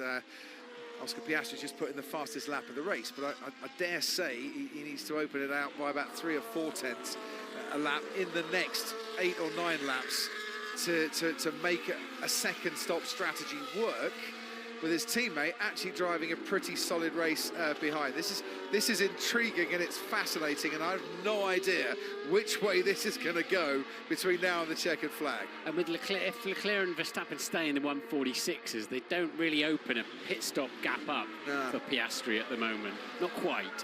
So that's what McLaren will be looking for if they're going to do that, of absolutely ensuring that, as Norris does the new fastest lap of the race, absolutely ensuring that if they do have to pit Piastri again, that it at least comes out in a clear second. Yeah, well, the last thing that Oscar Piastri wants is to pit, come out behind Verstappen, not get a chance to overtake Verstappen, finish in 4th, and then, you know, give away a championship lead by the end of this race. Like I say, damned if you do, damned if you don't. And who wants to step up and take the responsibility? So Piastri's used mediums. They're going to have done a quali lap, aren't they, in sprint qualifying? Might have done more than one quali lap. Yes. They might have done a few. Not done a huge mileage, though, have they? I wouldn't think, the used ones. But you take a new tyre every time if you could, which only leaves him the same tyre that his teammates got on there now. A 1-2 finish on the cards, potentially for McLaren, but which way will it go round? And will Oscar Piastri pit again? And will that open up the door for Charles Leclerc and Max Verstappen? Verstappen just pulled back a bit from Charles Leclerc, who has held him off brilliantly in this race so far. Is Verstappen now having to manage his tyres a little bit to get his mediums to the ends? Will we see in another 7 or 8 laps time others struggling and having to pit? Does that then make Oscar Piastri's choice that little bit easier if the likes of Leclerc and Verstappen are struggling significantly? Where are the close battles at the moment? This one, Tsunoda behind Gasly, Behrman behind Tsunoda, Alonso behind Behrman, and Antonelli behind Alonso, all in DRS range of each other and forming something of a DRS train as they snake through the track. That's a frantic fight, isn't it? But all out of the World Championship points at the moment. But that is the level of competition in Formula One now. Bortoletto and Hulkenberg scoring 3 points for Sauber as it stands currently. Sauber, who are on their own in 6th place and pulling away a little bit from their midfield rivals. Done very nicely indeed over the last 4 races. Alex Albon scoring 8 precious points for Williams currently, and I'm sure Williams will thank him a lot for that too, as they try and keep their grip on 5th place in the championship. Alex Albon, who rather likes this place, rather likes Spa as a racing driver, but hasn't scored points in the last couple of races, and hasn't scored big points since 2020 when he did finish 6th on that particular day. So Lando Norris is not going fast. He's got the gap down to 7.7 now, as you can see. He's not gaining fast enough just to cruise up and put Piastri under pressure in the closing stages, unless Piastri's tyres start falling away. What's the pit stop loss? 18.919. So Piastri is far enough clear of Max Verstappen now. Just. To pit, but to pit and come out ahead of Verstappen. That's the first big key moment, I think, for the McLaren strategy team. Yeah, and that would give him a very significant tyre delta, we call it, a difference, if you like. He'll have something like, 15 laps fresher tyres. Ted Kravitz, down to you. I've just been keeping an eye on Lewis Hamilton's lap times, and they're getting a little bit better, and that's putting him a little bit closer to Alex Albon in front. Hamilton, I think you saw on the radio, didn't you? He said he just couldn't get close to the Williams in front of him. We've heard that before with these cars, but now whether he's been saving his tyres, Hamilton's tyres a little bit older. I think they might be the lap older than Albon's, Crofty, by my information. 1 lap. It was, Lewis was one of the first pitters.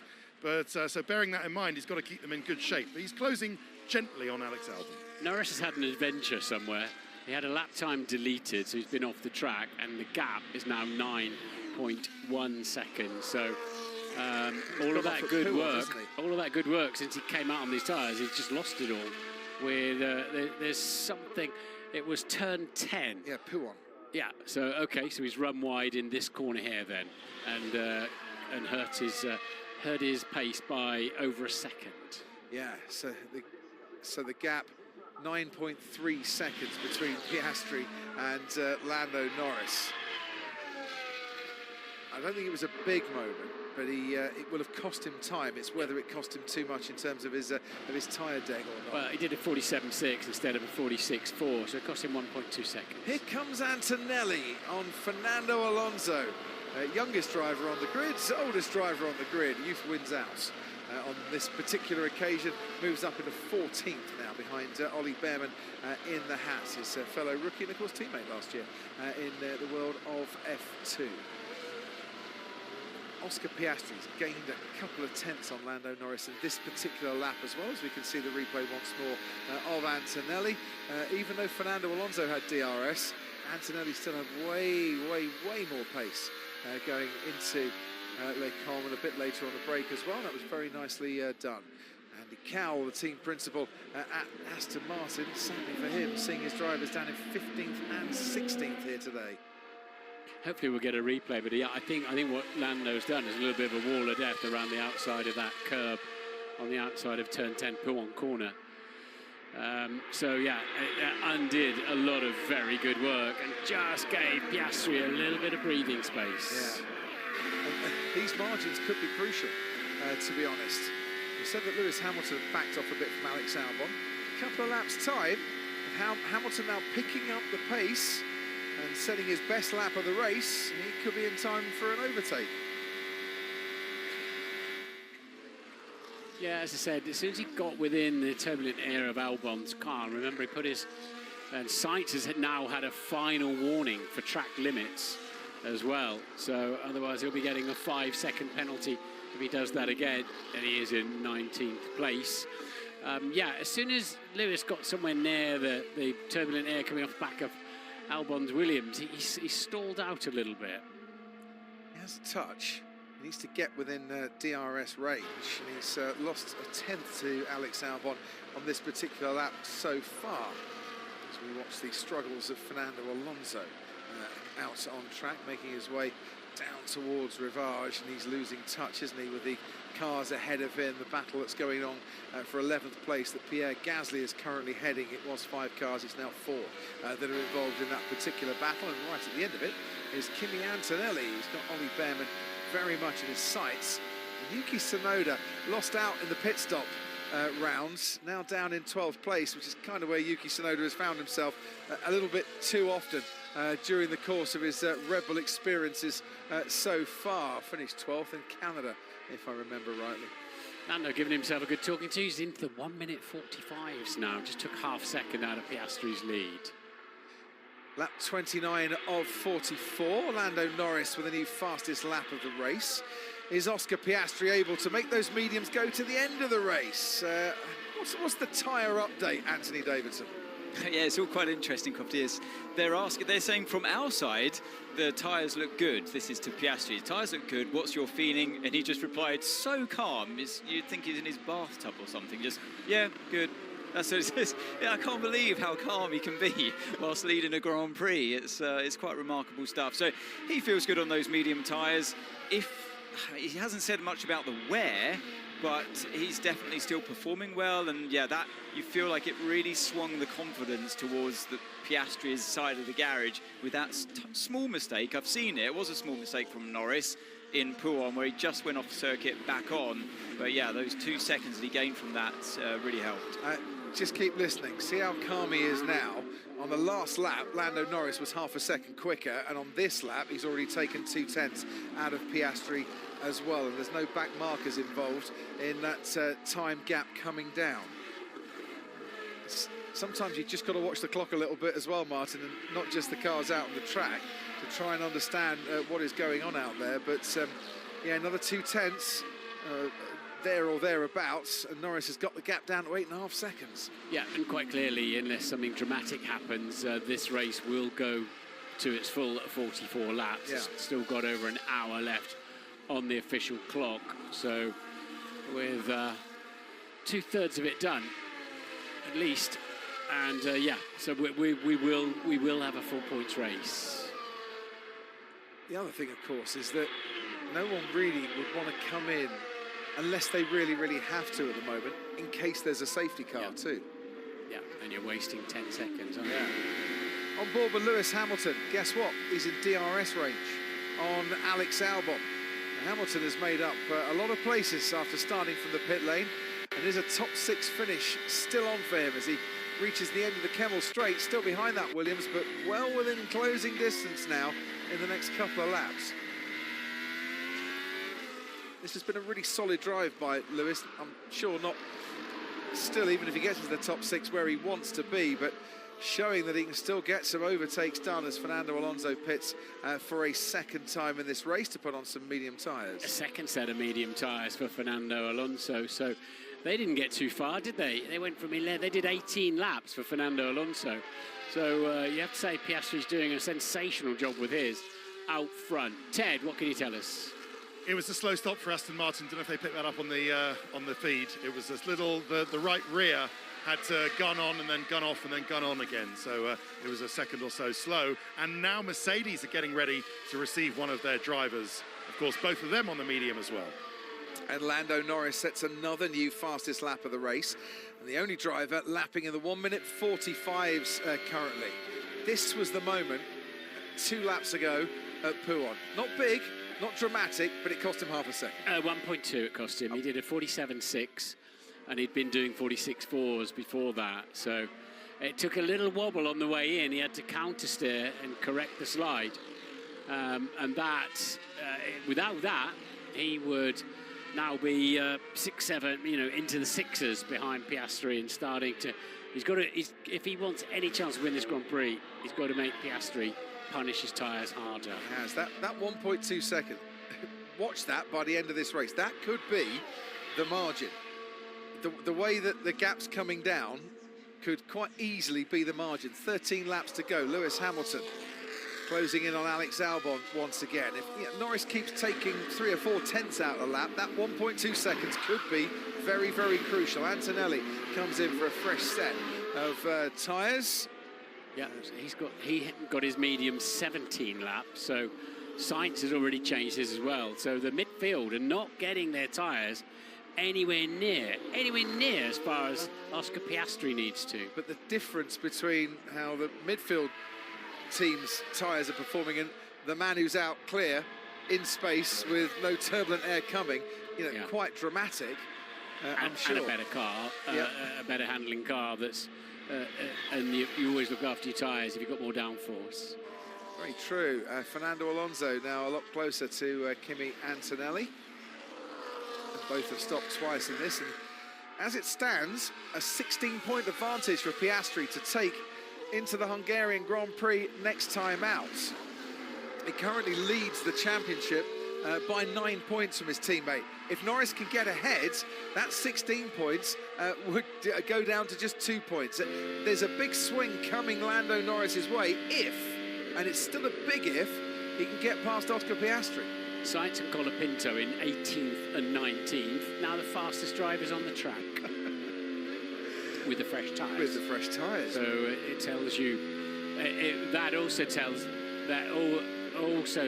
me that if Piastri does have a tyre delta at the end, then it'll be pretty handy to have for Oscar Piastri. It would, but they're going to have to make the decision now, I think. Otherwise, he runs out of time to make that delta count. And they're telling him you're 4 laps and you start to get a little bit of traffic, which is Hadjar, Colapinto and Sainz. 45.8 in the middle sector for Kimi Antonelli. Saw him just come into the pits. That's the big difference that a new set of tyres is making. Piastri, for instance, was 8 tenths slower just now going through that middle sector. But what's happening, Leclerc just 18.7 seconds behind is really stopping McLaren pitting Piastri, because that's just too close to call, isn't it, as to whether you'd get out in front. He'd soon be past him, I think, with that car on fresh tyres, but he doesn't want that squabble. And the gap out in front, 7.8 seconds currently. It's getting tense, Ted. Yeah, I know. What about this tyre degradation cliff? If that happens for Piastri, where is the cliff Crofty, where is the tyre degradation cliff, and does it exist? Who is tyre degradation cliff? Do you know him? No one wants to know him today, but I tell you what, Kimi Antonelli hasn't taken that choice, that chance, because he's in this fight with Fernando Alonso. 16th and 17th they're fighting over, but by responding to Alonso's second stop, Antonelli stayed ahead of him, and they are going to be rapid now on new tyres, aren't they? So the likes in front of them, Ocon, Stroll, Behrman, Tsunoda, Gasly, they're going to be really looking over their shoulder. They're going to have Antonelli and Alonso, two very feisty and quick drivers, on fresh tyres, closing up behind. Going through La Source, Alex Albon currently in 6th place. Lewis Hamilton right behind him, but I think this is as close as Lewis Hamilton has been to Alex Albon over the last few laps. And picking up a bit of a slipstream, takes off a 10th by the time he gets to Radion, and we can ride on board now with DRS assistance. Lewis Hamilton gaining and gaining and gaining on that Williams, but Alex Albon looks to have held this as they head towards the Lecon chicane. He has done. Hulkenberg pits for Sauber out of the top 10, and Hamilton still frustrated behind Albon. Another 4/10 for Norris over Piastri. But these cars are so good, they've got so much grip that the braking distances are tiny now, especially into Lecom chicane there where Lewis was heading, because it's slightly uphill, so you brake even less, and so the overlap, you've got to be alongside. Deg looked as expected. We still think the best thing is to go to the end on this tyre. Okay, I'm happy with that. So it's how much Lando Norris can reduce the arrears lap after lap, and it's hovering around the 0.4 of a second mark that he is reducing the arrears lap after lap. He crosses the line 0.6 of a second this lap.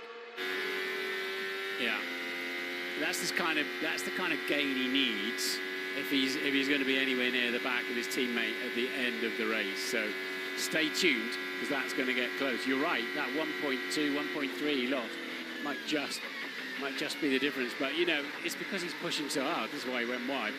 But anyway, let's see if Piastri's tyres hang on. Let's see if Norris's tyres indeed hang on. But there's no need us worrying now about the gap behind Piastri to Leclerc, because they're not intending to bring him in. Exactly. So here we go with Lewis Hamilton once more. Hamilton, 5-time winner here at Spa. Never actually finished 6th here on any of his previous occasions. Alex Albon has finished 6th before. Who's going to take it away in 2025? Bit of history between these two, isn't there? When Alex was a Red Bull driver, Lewis basically took him out, didn't he, in Austria and Brazil? Yeah, twice. It kind of almost cost. I think it almost cost Albon that drive in the end, certainly, for not getting the results. Yeah, certainly cost him his first podium. Yeah. And who knows what his confidence might have been after that. Don't want to do that very often, Lando Norris. He's lost half a second in the first sector and another 0.2 in the second sector on this lap. And if that 1.2 seconds when he went wide isn't going to be the deciding factor, that 0.7 might just compound it and be the deciding factor. Here comes Nico Hulkenberg on Esteban Ocon, going wheel to wheel up the Kemmel Straight. Hulkenberg looks over to see that he has cleared the Haas and moves up into 14th. Well, a fifth of the field started in the pit lane. We've had rain, we've had all sorts of conditions, haven't we? They're all still running and fighting like crazy over small places. Just a typical Spa Sunday in the summertime. Quite frankly, we've had everything but snow. And now Kimi Antonelli is right on the back of Esteban Ocon. Ted said that the Haas drivers are going to be looking over their shoulders a little bit. And Oscar Piastri has spent much of this race trying to metaphorically look over his shoulder to see where his teammate is. So, Lando, these tyres are getting tricky. You need to keep the focus.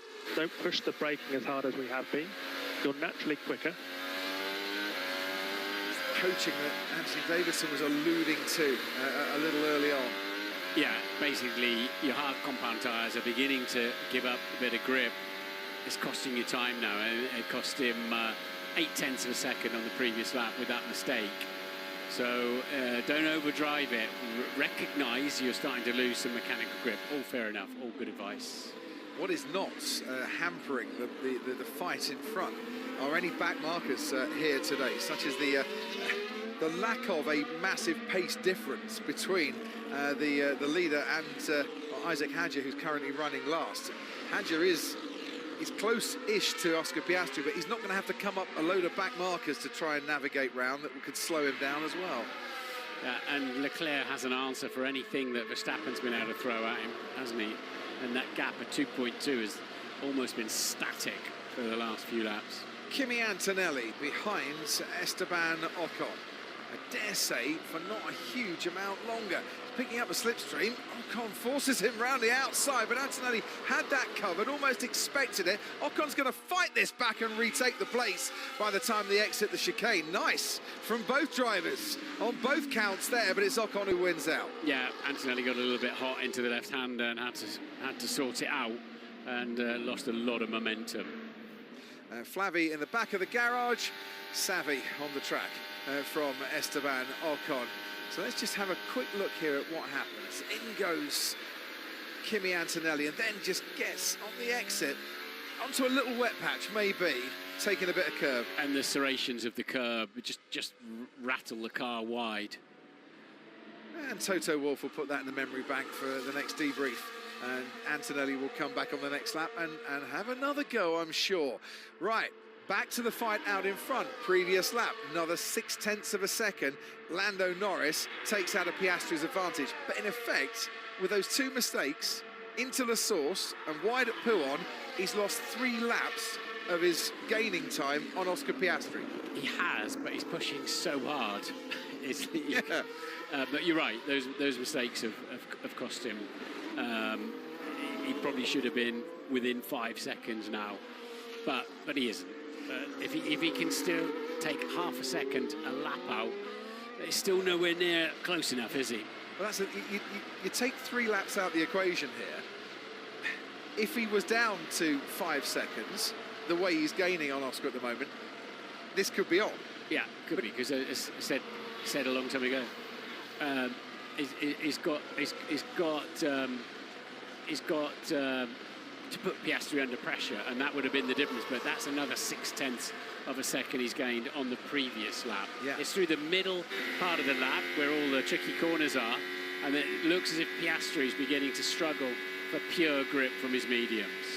He needs 10 of those 0.6 of a second lap gains, and he hasn't got 10 laps to go. Lewis Hamilton currently leading the driver of the day vote. That doesn't surprise me. He's made some brilliant places up. But is he starting to struggle a bit behind Alex Albon, because he's getting out of DRS range? Anthony Davidson. Yeah, a bit of info on Lewis's race, Crofty, is that about half the race or more, he's been asked by his team to be lift and coasting. And now I know other drivers get asked the same thing, but I think it's plagued him this entire race. I can't work out exactly why he's had to do so much. And he even asked them at one point, do I still need to be doing this? And they said, yes, we definitely need lift and coast. Sounds like all the way to the end of the race. So I think that's thwarted him and his potential attack here on Alex Albon. Thanks ever so much, Anthony. And once again, he emerges out of that Lecombe chicane behind Alex Albon, and we'll head down to Ted. Isn't that, Crofty, isn't that the usual, we've heard that from Leclerc, haven't we? Isn't that the usual lift and coast to avoid wearing the plank that we've heard so many times? Well, that's possible as well. This year, that's possible. Just a quick one from down here. So first of all, George Russell, just making the way as he can, staying out on tyres that he said were done a long time ago, but just managing to keep ahead of everybody, not least Alex Albon. Alex Albon's the straight line speed of that Williams, really doing everything to stay ahead of Lewis Hamilton's Ferrari. But also, Crofty, it is getting a bit cold down here in the pit lane. And can you see the big rain cloud out of your commentary box window? Yes. It's not going to dump any of its rain at the moment, but just to mark your card, we might not be done with the wet stuff in this race. Going to make the notebook a bit soggy, if nothing else, Oh, Ted. dear. Guess what? Lap 37, Martin. How much faster was Lando Norris than Oscar Piastri? Round about 6/10, just about 7/10 in the end. That's the gap that he can get it down by. And he's lost 3 laps worth of that gain. He's going to rue those mistakes. We'll see. We'll see if he can, if Oscar's got a response to that. But yeah, I'd imagine he's reasonably calm out front. He's just coming up to Isaac Hadjar. There's Oscar Piastri, who's obliged to get out of the way. Then there's really nobody in front of Hadjar, because Colapinto and Sainz are actually going along quite nicely in the 147s. Yeah, that gap now 5.7 seconds between Piastri and Norris. This is Charles Leclerc locking up on his tyres that he's been running for 25 laps, his medium tyres, and losing quite a bit of time as a result of that lock-up. Piastri's going to get a lovely slipstream behind Hadjar going up through Blanchimont in a minute. Yeah, I half expect to see Max a little bit closer to the Ferrari there because of that lock-up, but he's not. Yeah, I think Leclerc on this lap a couple of tenths faster than Max Verstappen. Yeah. Verstappen 1.2. Yeah. Leave me alone, please. Yeah. I can have great information, and then when he's getting close, I have too much information. He becomes not over. Yeah, he's getting a bit frazzled in there, isn't he? So actually, yeah, Verstappen was consistently 2.2 for many laps. He's got that down to 1.1, but still crucially just out of drag reduction system range. Right, Hadjar is still ahead of Piastri down the Kemmel Straight. Piastri will be getting the toe and a chance to lap Isaac Hadjar, I would have thought.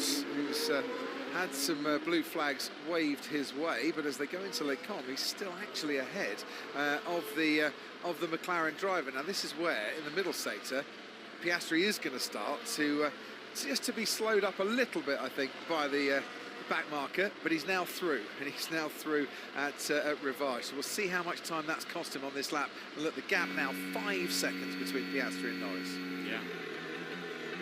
And it's the middle part of the lap still where Norris has got the speed. And we'll keep an eye on that on this lap. So it's as you say, you can see for yourselves, exactly 5 seconds the gap.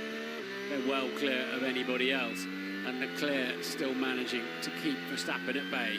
We haven't mentioned him for a while, Martin, but Pierre Gasly doing a super job holding off Yuki Tsunoda and Ollie Behrman, who also haven't pitted for a second time to change slick tyres. But he's holding on with the others having DRS assistance behind him to that 10th place. We're on board now with Ollie Behrman. He's got Yuki Tsunoda in his sights. See, if Ollie Behrman could just get past Yuki Tsunoda, he might finish 11th in this race. It'd be the 4th race in a row that he's finished 11th. He joined a lot of people with the record for the most consecutive finishes in a single place other than first. It's the world's most stupid stat, but I absolutely love it.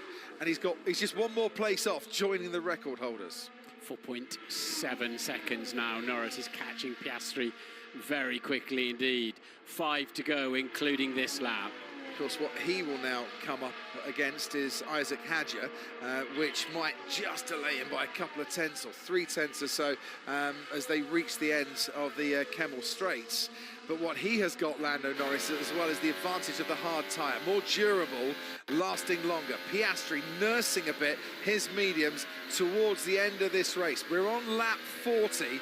Time is running out for Lando Norris, but he's definitely not giving up the ghost here. He might yet get this down to something dramatic on the last lap. But it is going to be last lap Lando, I think, if he's going to get past Oscar Piastri. And as it stands, 16 points the advantage for Oscar Piastri. If he wins this race, it'll be 2 points the advantage for Oscar Piastri if Lando Norris wins this race. Norris still behind Hadjar. There is sales of rain developing around the track, currently clear. We're monitoring. Is it me, or is it always at Spa someone comes on late in the race and says, there might be a bit of rain, you know, for a couple of laps? It could be Norris has lost a lap of gain here because Hadjar is still in front of him as they head towards the chicane. He'll outbrake him now, but this is a lap gone of catching. Yeah. Once again, we go back to that, 1.7 seconds or so that he's lost with a couple of little mistakes, Lando Norris, and how costly they could be come the end of this race. Yeah, he's still gained on him a little bit. My goodness, it is going to be close, isn't it? It certainly is. Very close. It certainly is. Oscar Piastri finished second in the race last year. Second after George Russell, first on the road, was disqualified. Lewis Hamilton inheriting the victory. Lando Norris, who's never finished in the top 4 in a Grand Prix here at Spa, and he is chasing hard still. And I don't think the two leaders will see any more traffic now because Sainz and Colapinto ahead of them, still maintaining good pace. This is a straight fight now between Piastri and Norris. Piastri nursing his tyres to the end. Norris wringing the neck of his. And Verstappen coming back a bit at Charles Leclerc too. So there's still time in this race for Max Verstappen to try and get an overtake done. He's been frustrated behind Leclerc for pretty much the whole race, but there's not a huge amount of difference between the two of them as Ocon leads through Blanchimont, Antonelli and Alonso behind him. The gap, now Norris has cleared Isaac Hadjar, the gap 3.8 seconds and 0.2 Lando Norris faster in the first sector. 0.4 the difference in the middle sector. And Lando now can see his rival very clearly indeed, and Oscar Piastri will see the McLaren in his mirrors. Even on a gloomy day, and it is turning a bit gloomy once again here at Spa, that papaya stands out. And I don't know, what difference does it make to a driver's mindset, Martin, when you can suddenly see your rival right behind you? It spurs you on, there's no doubt about it. You can measure, corner lap by lap just how much you're catching as well. Catching Esteban Ocon, Kimi Antonelli, but not catching and overtaking. He stays in 16th place, 15th then for Esteban Ocon, but that's just scraps for personal pride. This is the charge of the papaya number 4 for Lando Norris. 3.6 seconds the gap. Oscar Piastri just having a little look at his mirrors. He'll see that Lando is right there, 10th. Weather update. Could be a few drops in turn 1 in the last couple of laps. Not currently expecting it, but not impossible. Just a 1/10 of a second difference in the first part of the lap. Tom Stallard has a little bit of a look there to see if there's any rain coming. The gap now, 3.2 seconds. It's a brilliant charge by Lando Norris. Got to say, out in front, it's very, very well controlled and managed by Oscar Piastri. 29 laps he's been on these medium compound tyres, and his pace is still very, very good.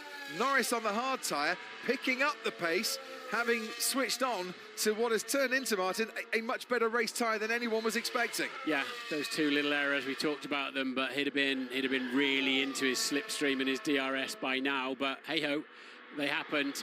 There's nothing he can do about it, but he's certainly got his head down as Lando Norris, and he's gaining another 0.6 already in the first 2 sectors of this lap. He's going to run out of laps. But this is a crucial lap now coming up. 2 laps to go for Oscar Piastri and for Lando Norris. And the gap as they cross the line is 3.1 seconds. Could have been 1.4 seconds. Lando could have been within DRS. Oh, and he locks up there going into the source on the final lap. And is that third little error going to cost Lando Norris here? I don't think he's going to catch him anyway, to be honest. But yeah, there's a lot of marbles out there, aren't there? You see the debris on the track. You can see it all over the place. The bits of discarded rubber we refer to as marbles. That's how it feels when you get on top of them. But yeah, that's cost him, hasn't it? That's cost him the final charge, and he lost 1.1 seconds there. It certainly has.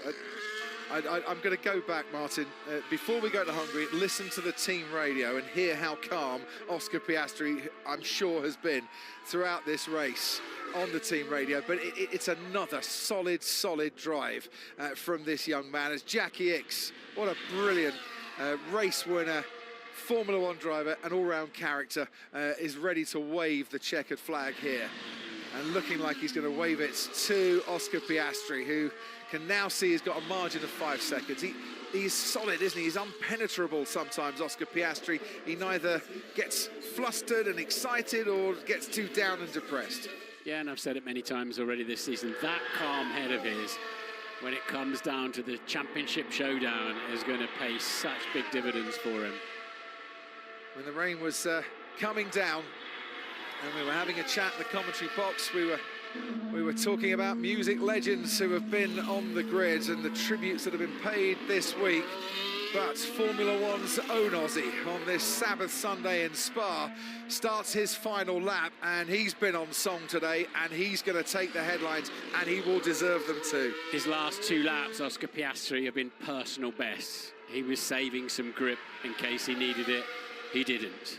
And it's a grip that might yet strengthen his ginger claim on the championship trophy. Nothing as we start the second part of the season has been won, decided or lost, but to take to Hungary after his teammate had won the last couple of races, a 16-point championship lead will at least ensure that he, well, not totally, but ensure that he should lead into the summer break, and those things can really help the confidence too. Charles Leclerc has kept Max Verstappen at bay here today and is just opening up the gap once again on him. Alex Albon still has Lewis Hamilton pressuring him in sixth place. Piastri through Pouon.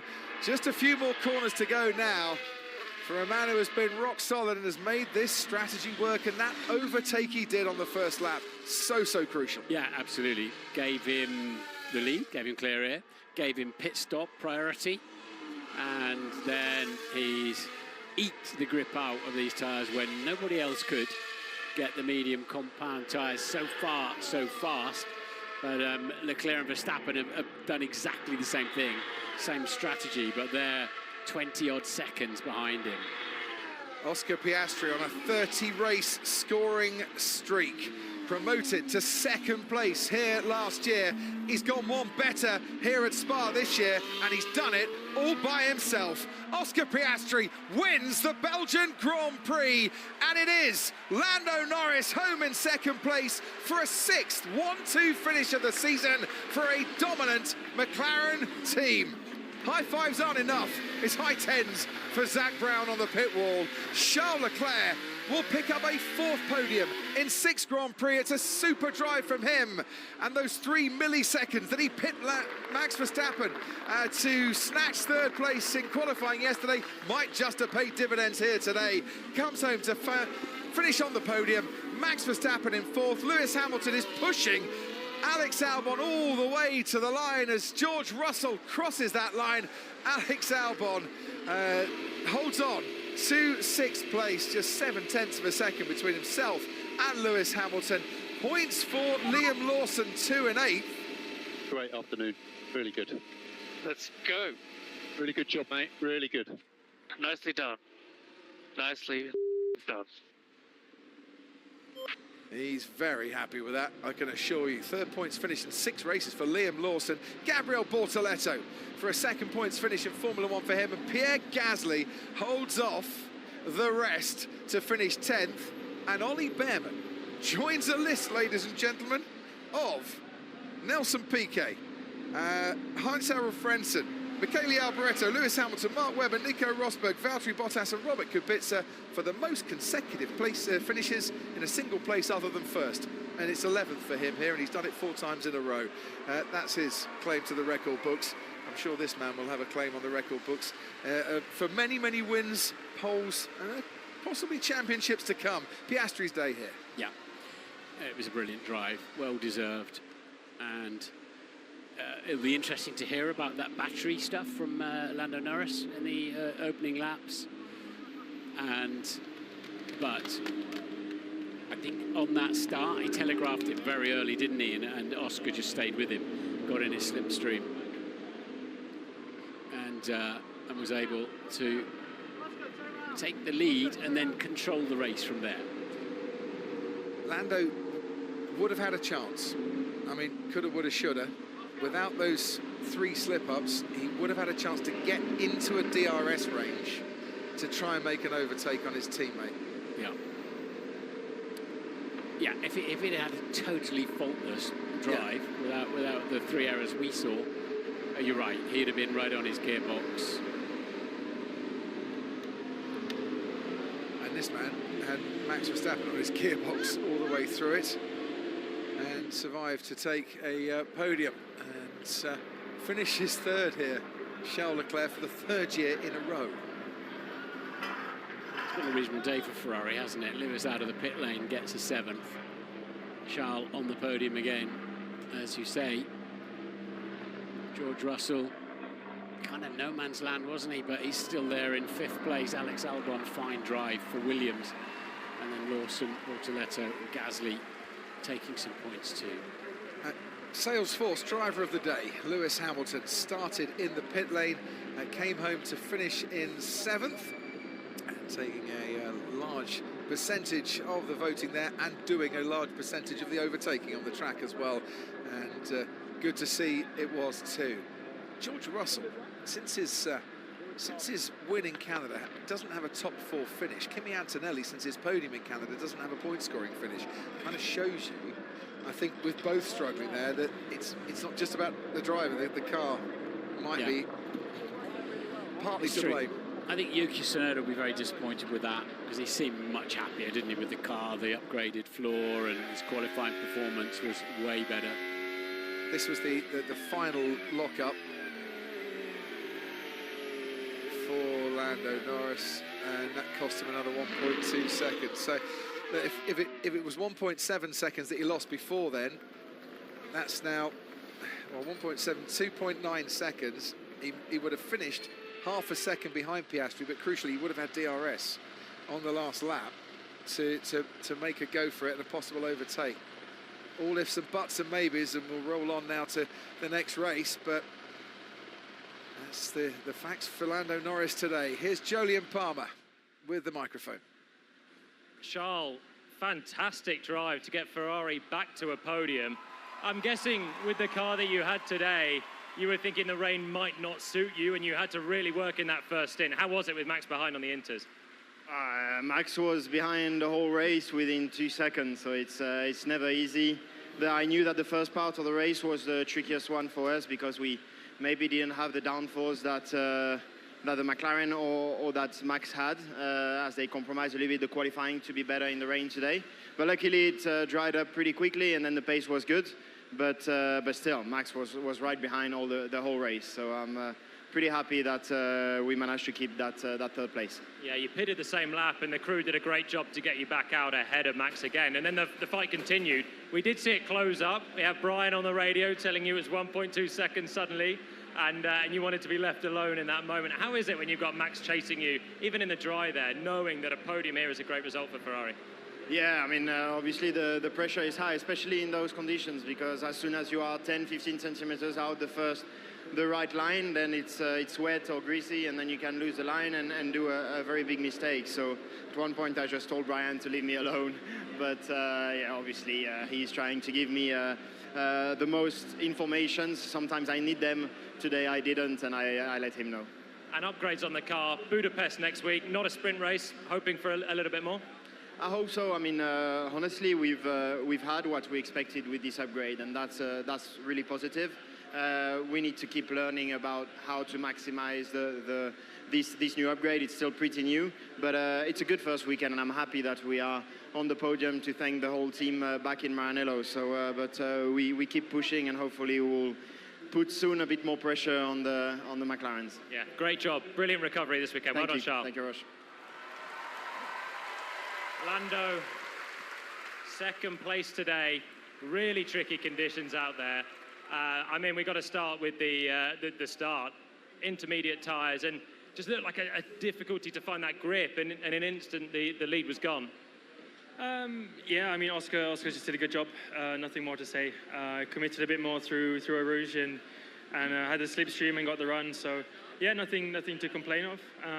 Did a better job in the beginning, and that was it. Nothing more I could do after that point. So yes, I mean, would love to be up top, but Oscar deserved it today. Yeah, very evenly matched in terms of pace, but you changed the tyre to the hard. Seemed like a really last-minute question that you were asked, and then a sensible choice to take the hard tyre, and then just a flat-out push to see what you could do. You had a good chase. Yeah. Was it possible if you had kept it perfectly clean? I mean, we saw a big moment at Pouon, at La Source. It's shoulda, woulda, coulda. So I'm not gonna, Oscar deserved it. I'm sure he made a couple of mistakes. So if he drove a perfect race, I could not have won today. So I'll review my things. But so happy for the team. Another 1-2. I think our first 1-2 here for many, many years. So nice to bring that back to the team. And a well-deserved result for them and for Oscar too. Yeah, still a great result and a good push. And you've got Budapest next week, which is a circuit I know you love as well. Pole position there last year. You must be looking forward to getting back to it straight away. Yes. No, Budapest is one of the best ones for me in terms of just what I've done there in the past years, and it's where I started my Formula One career. So yeah, always good memories, and yeah, normally one that suits me a bit better than Spa. So happy with today. Slightly disappointed, but of course looking forward to next week. Well, you can still go and enjoy the celebrations Cheers, today. mate. Well done, Lando. Thank you so much. Oscar, what a win. Second on the grid, converted immediately to the race lead. That was commitment on the first lap. How was it behind the wheel? Lively, very lively. I knew that lap 1 was going to be probably my best chance of winning the race, and I got a good exit out of turn 1, and then lifted as little as I dared through Eau Rouge, and then it was enough. So the rest of the race we managed really well. Struggling a little bit at the end. Maybe the medium wasn't the best for the last 5 or 6 laps, but no, we had it mostly under control, which is what I wanted. And I was pretty disappointed with myself after yesterday, but turns out starting second at Spa is not too bad after all. Yeah, it's worked out well this weekend. So Eau Rouge in damp conditions, I always thought was so difficult as a driver because the reward is huge, but the risk is also huge. How much had you pre-decided you were going to risk it all to try and take that race lead before the lights went out or the race started? Once I knew I was close, to be honest, I was a bit disappointed it was a rolling start because I thought that was going to take away some opportunity, but I got a good exit out of turn 1, was able to stay close, and then when I was that close, I knew that I was just going to lift a little bit less than Lando did and try and keep it on the track. And a bit lively up over the hill, but no, managed to make it stick. And then from there, the tow helped me out. So no, proud of my first lap. Yeah, it was great to watch. Thereafter, medium tyres. Were you happy with that decision when you were told that Lando had switched to the hard? Still work to do?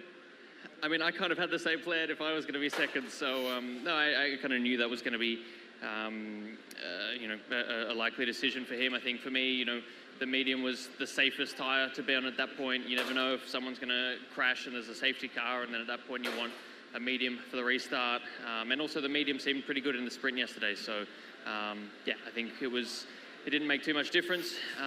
But when you're fighting like that, 1 and 2, you're always going to try and get an advantage in one way or another. And I think we did the safest thing.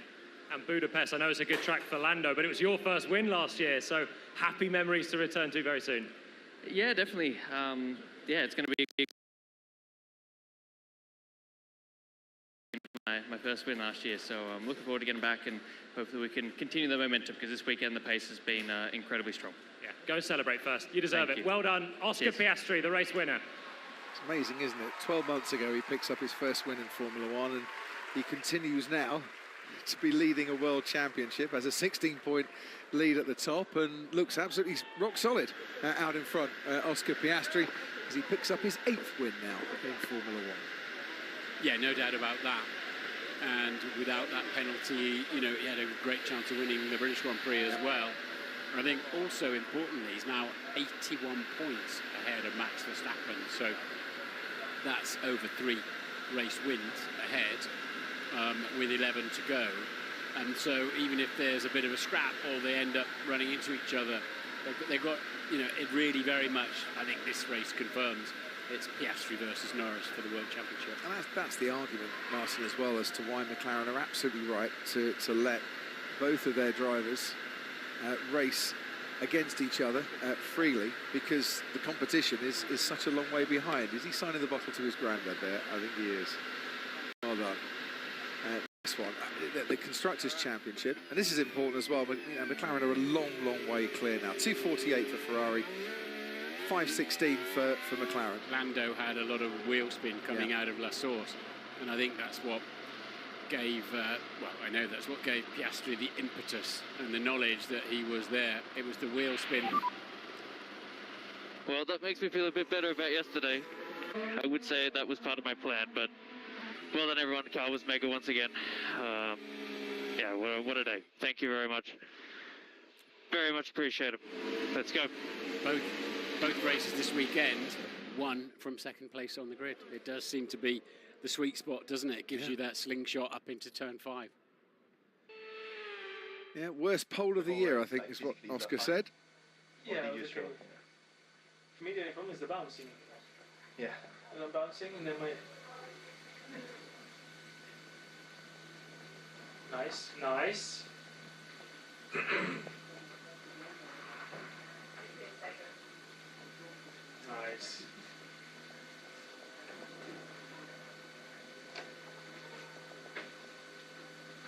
You were flat here or not?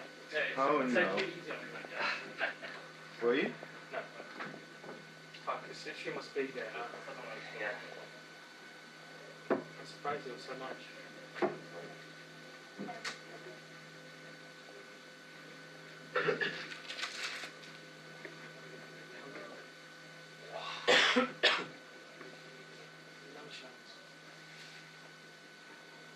Oh!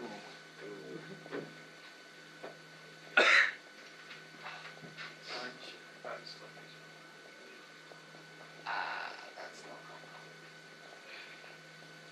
Bye, Oscar. Bye, Oscar. This was sketchy on the first couple of laps. Yeah. You look at that. Oh! Oh yeah, that's the bouncing you were speaking about. After this, I was like, okay, chill. Track limits. Nice. Whoa! Oh! Whoa! That's a really good move. Oh. It's I see that.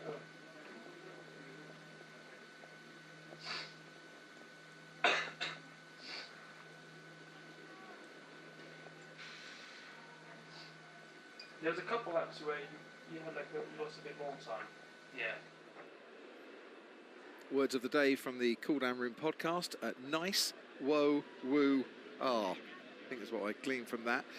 And also, that Lando Norris did lose time at the pit stop with that front left, which just compounded, didn't it, some of the moments that were lost during the course of that race to him. Yeah, there are any number of little moments, aren't there, that contributed to what ended up being 3.4 seconds behind. Piastri cruised a little bit on the last lap. So, podium time here in Belgium. And for the third year running, Charles Leclerc made his way into third spot. A spot he knows very well by now. A fine job for him in the Ferrari. For the first time ever in one of the races that he calls his home race, Lando Norris heads out onto the podium too. Half Belgian, of course, and for the first time finishing in the top three. Second place then for Lando Norris. He's been first or second in 10 of the 13 Grand Prix we've had so far in 2025.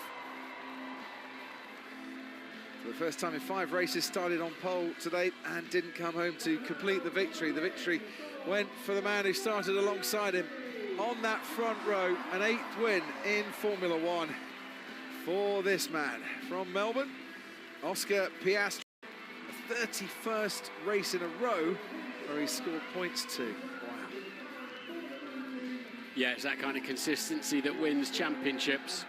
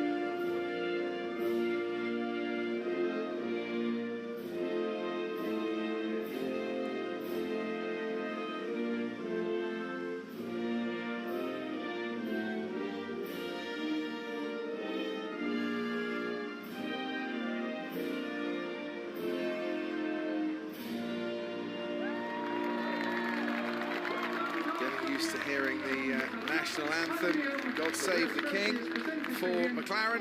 The 10th victory of the season for the team in Dubai. Yeah, they're 516 points to 248 now to Ferrari in second place. And have the luxury, I think, really of turning off development for this year's car as we head into the second part of the season. And even though they lose wind tunnel time, they concentrate their efforts on next year. That's a good point. Yeah, you get less time if you win the championship in the wind tunnel in what's going to be a key year. Ahmed not going to be trying his teeth on that one, will he? Not at all. Second race of the season in which every driver was a classified finisher as well. Isaac Hadjar, the only driver that was lapped in this race. And it's all smiles down at Woking.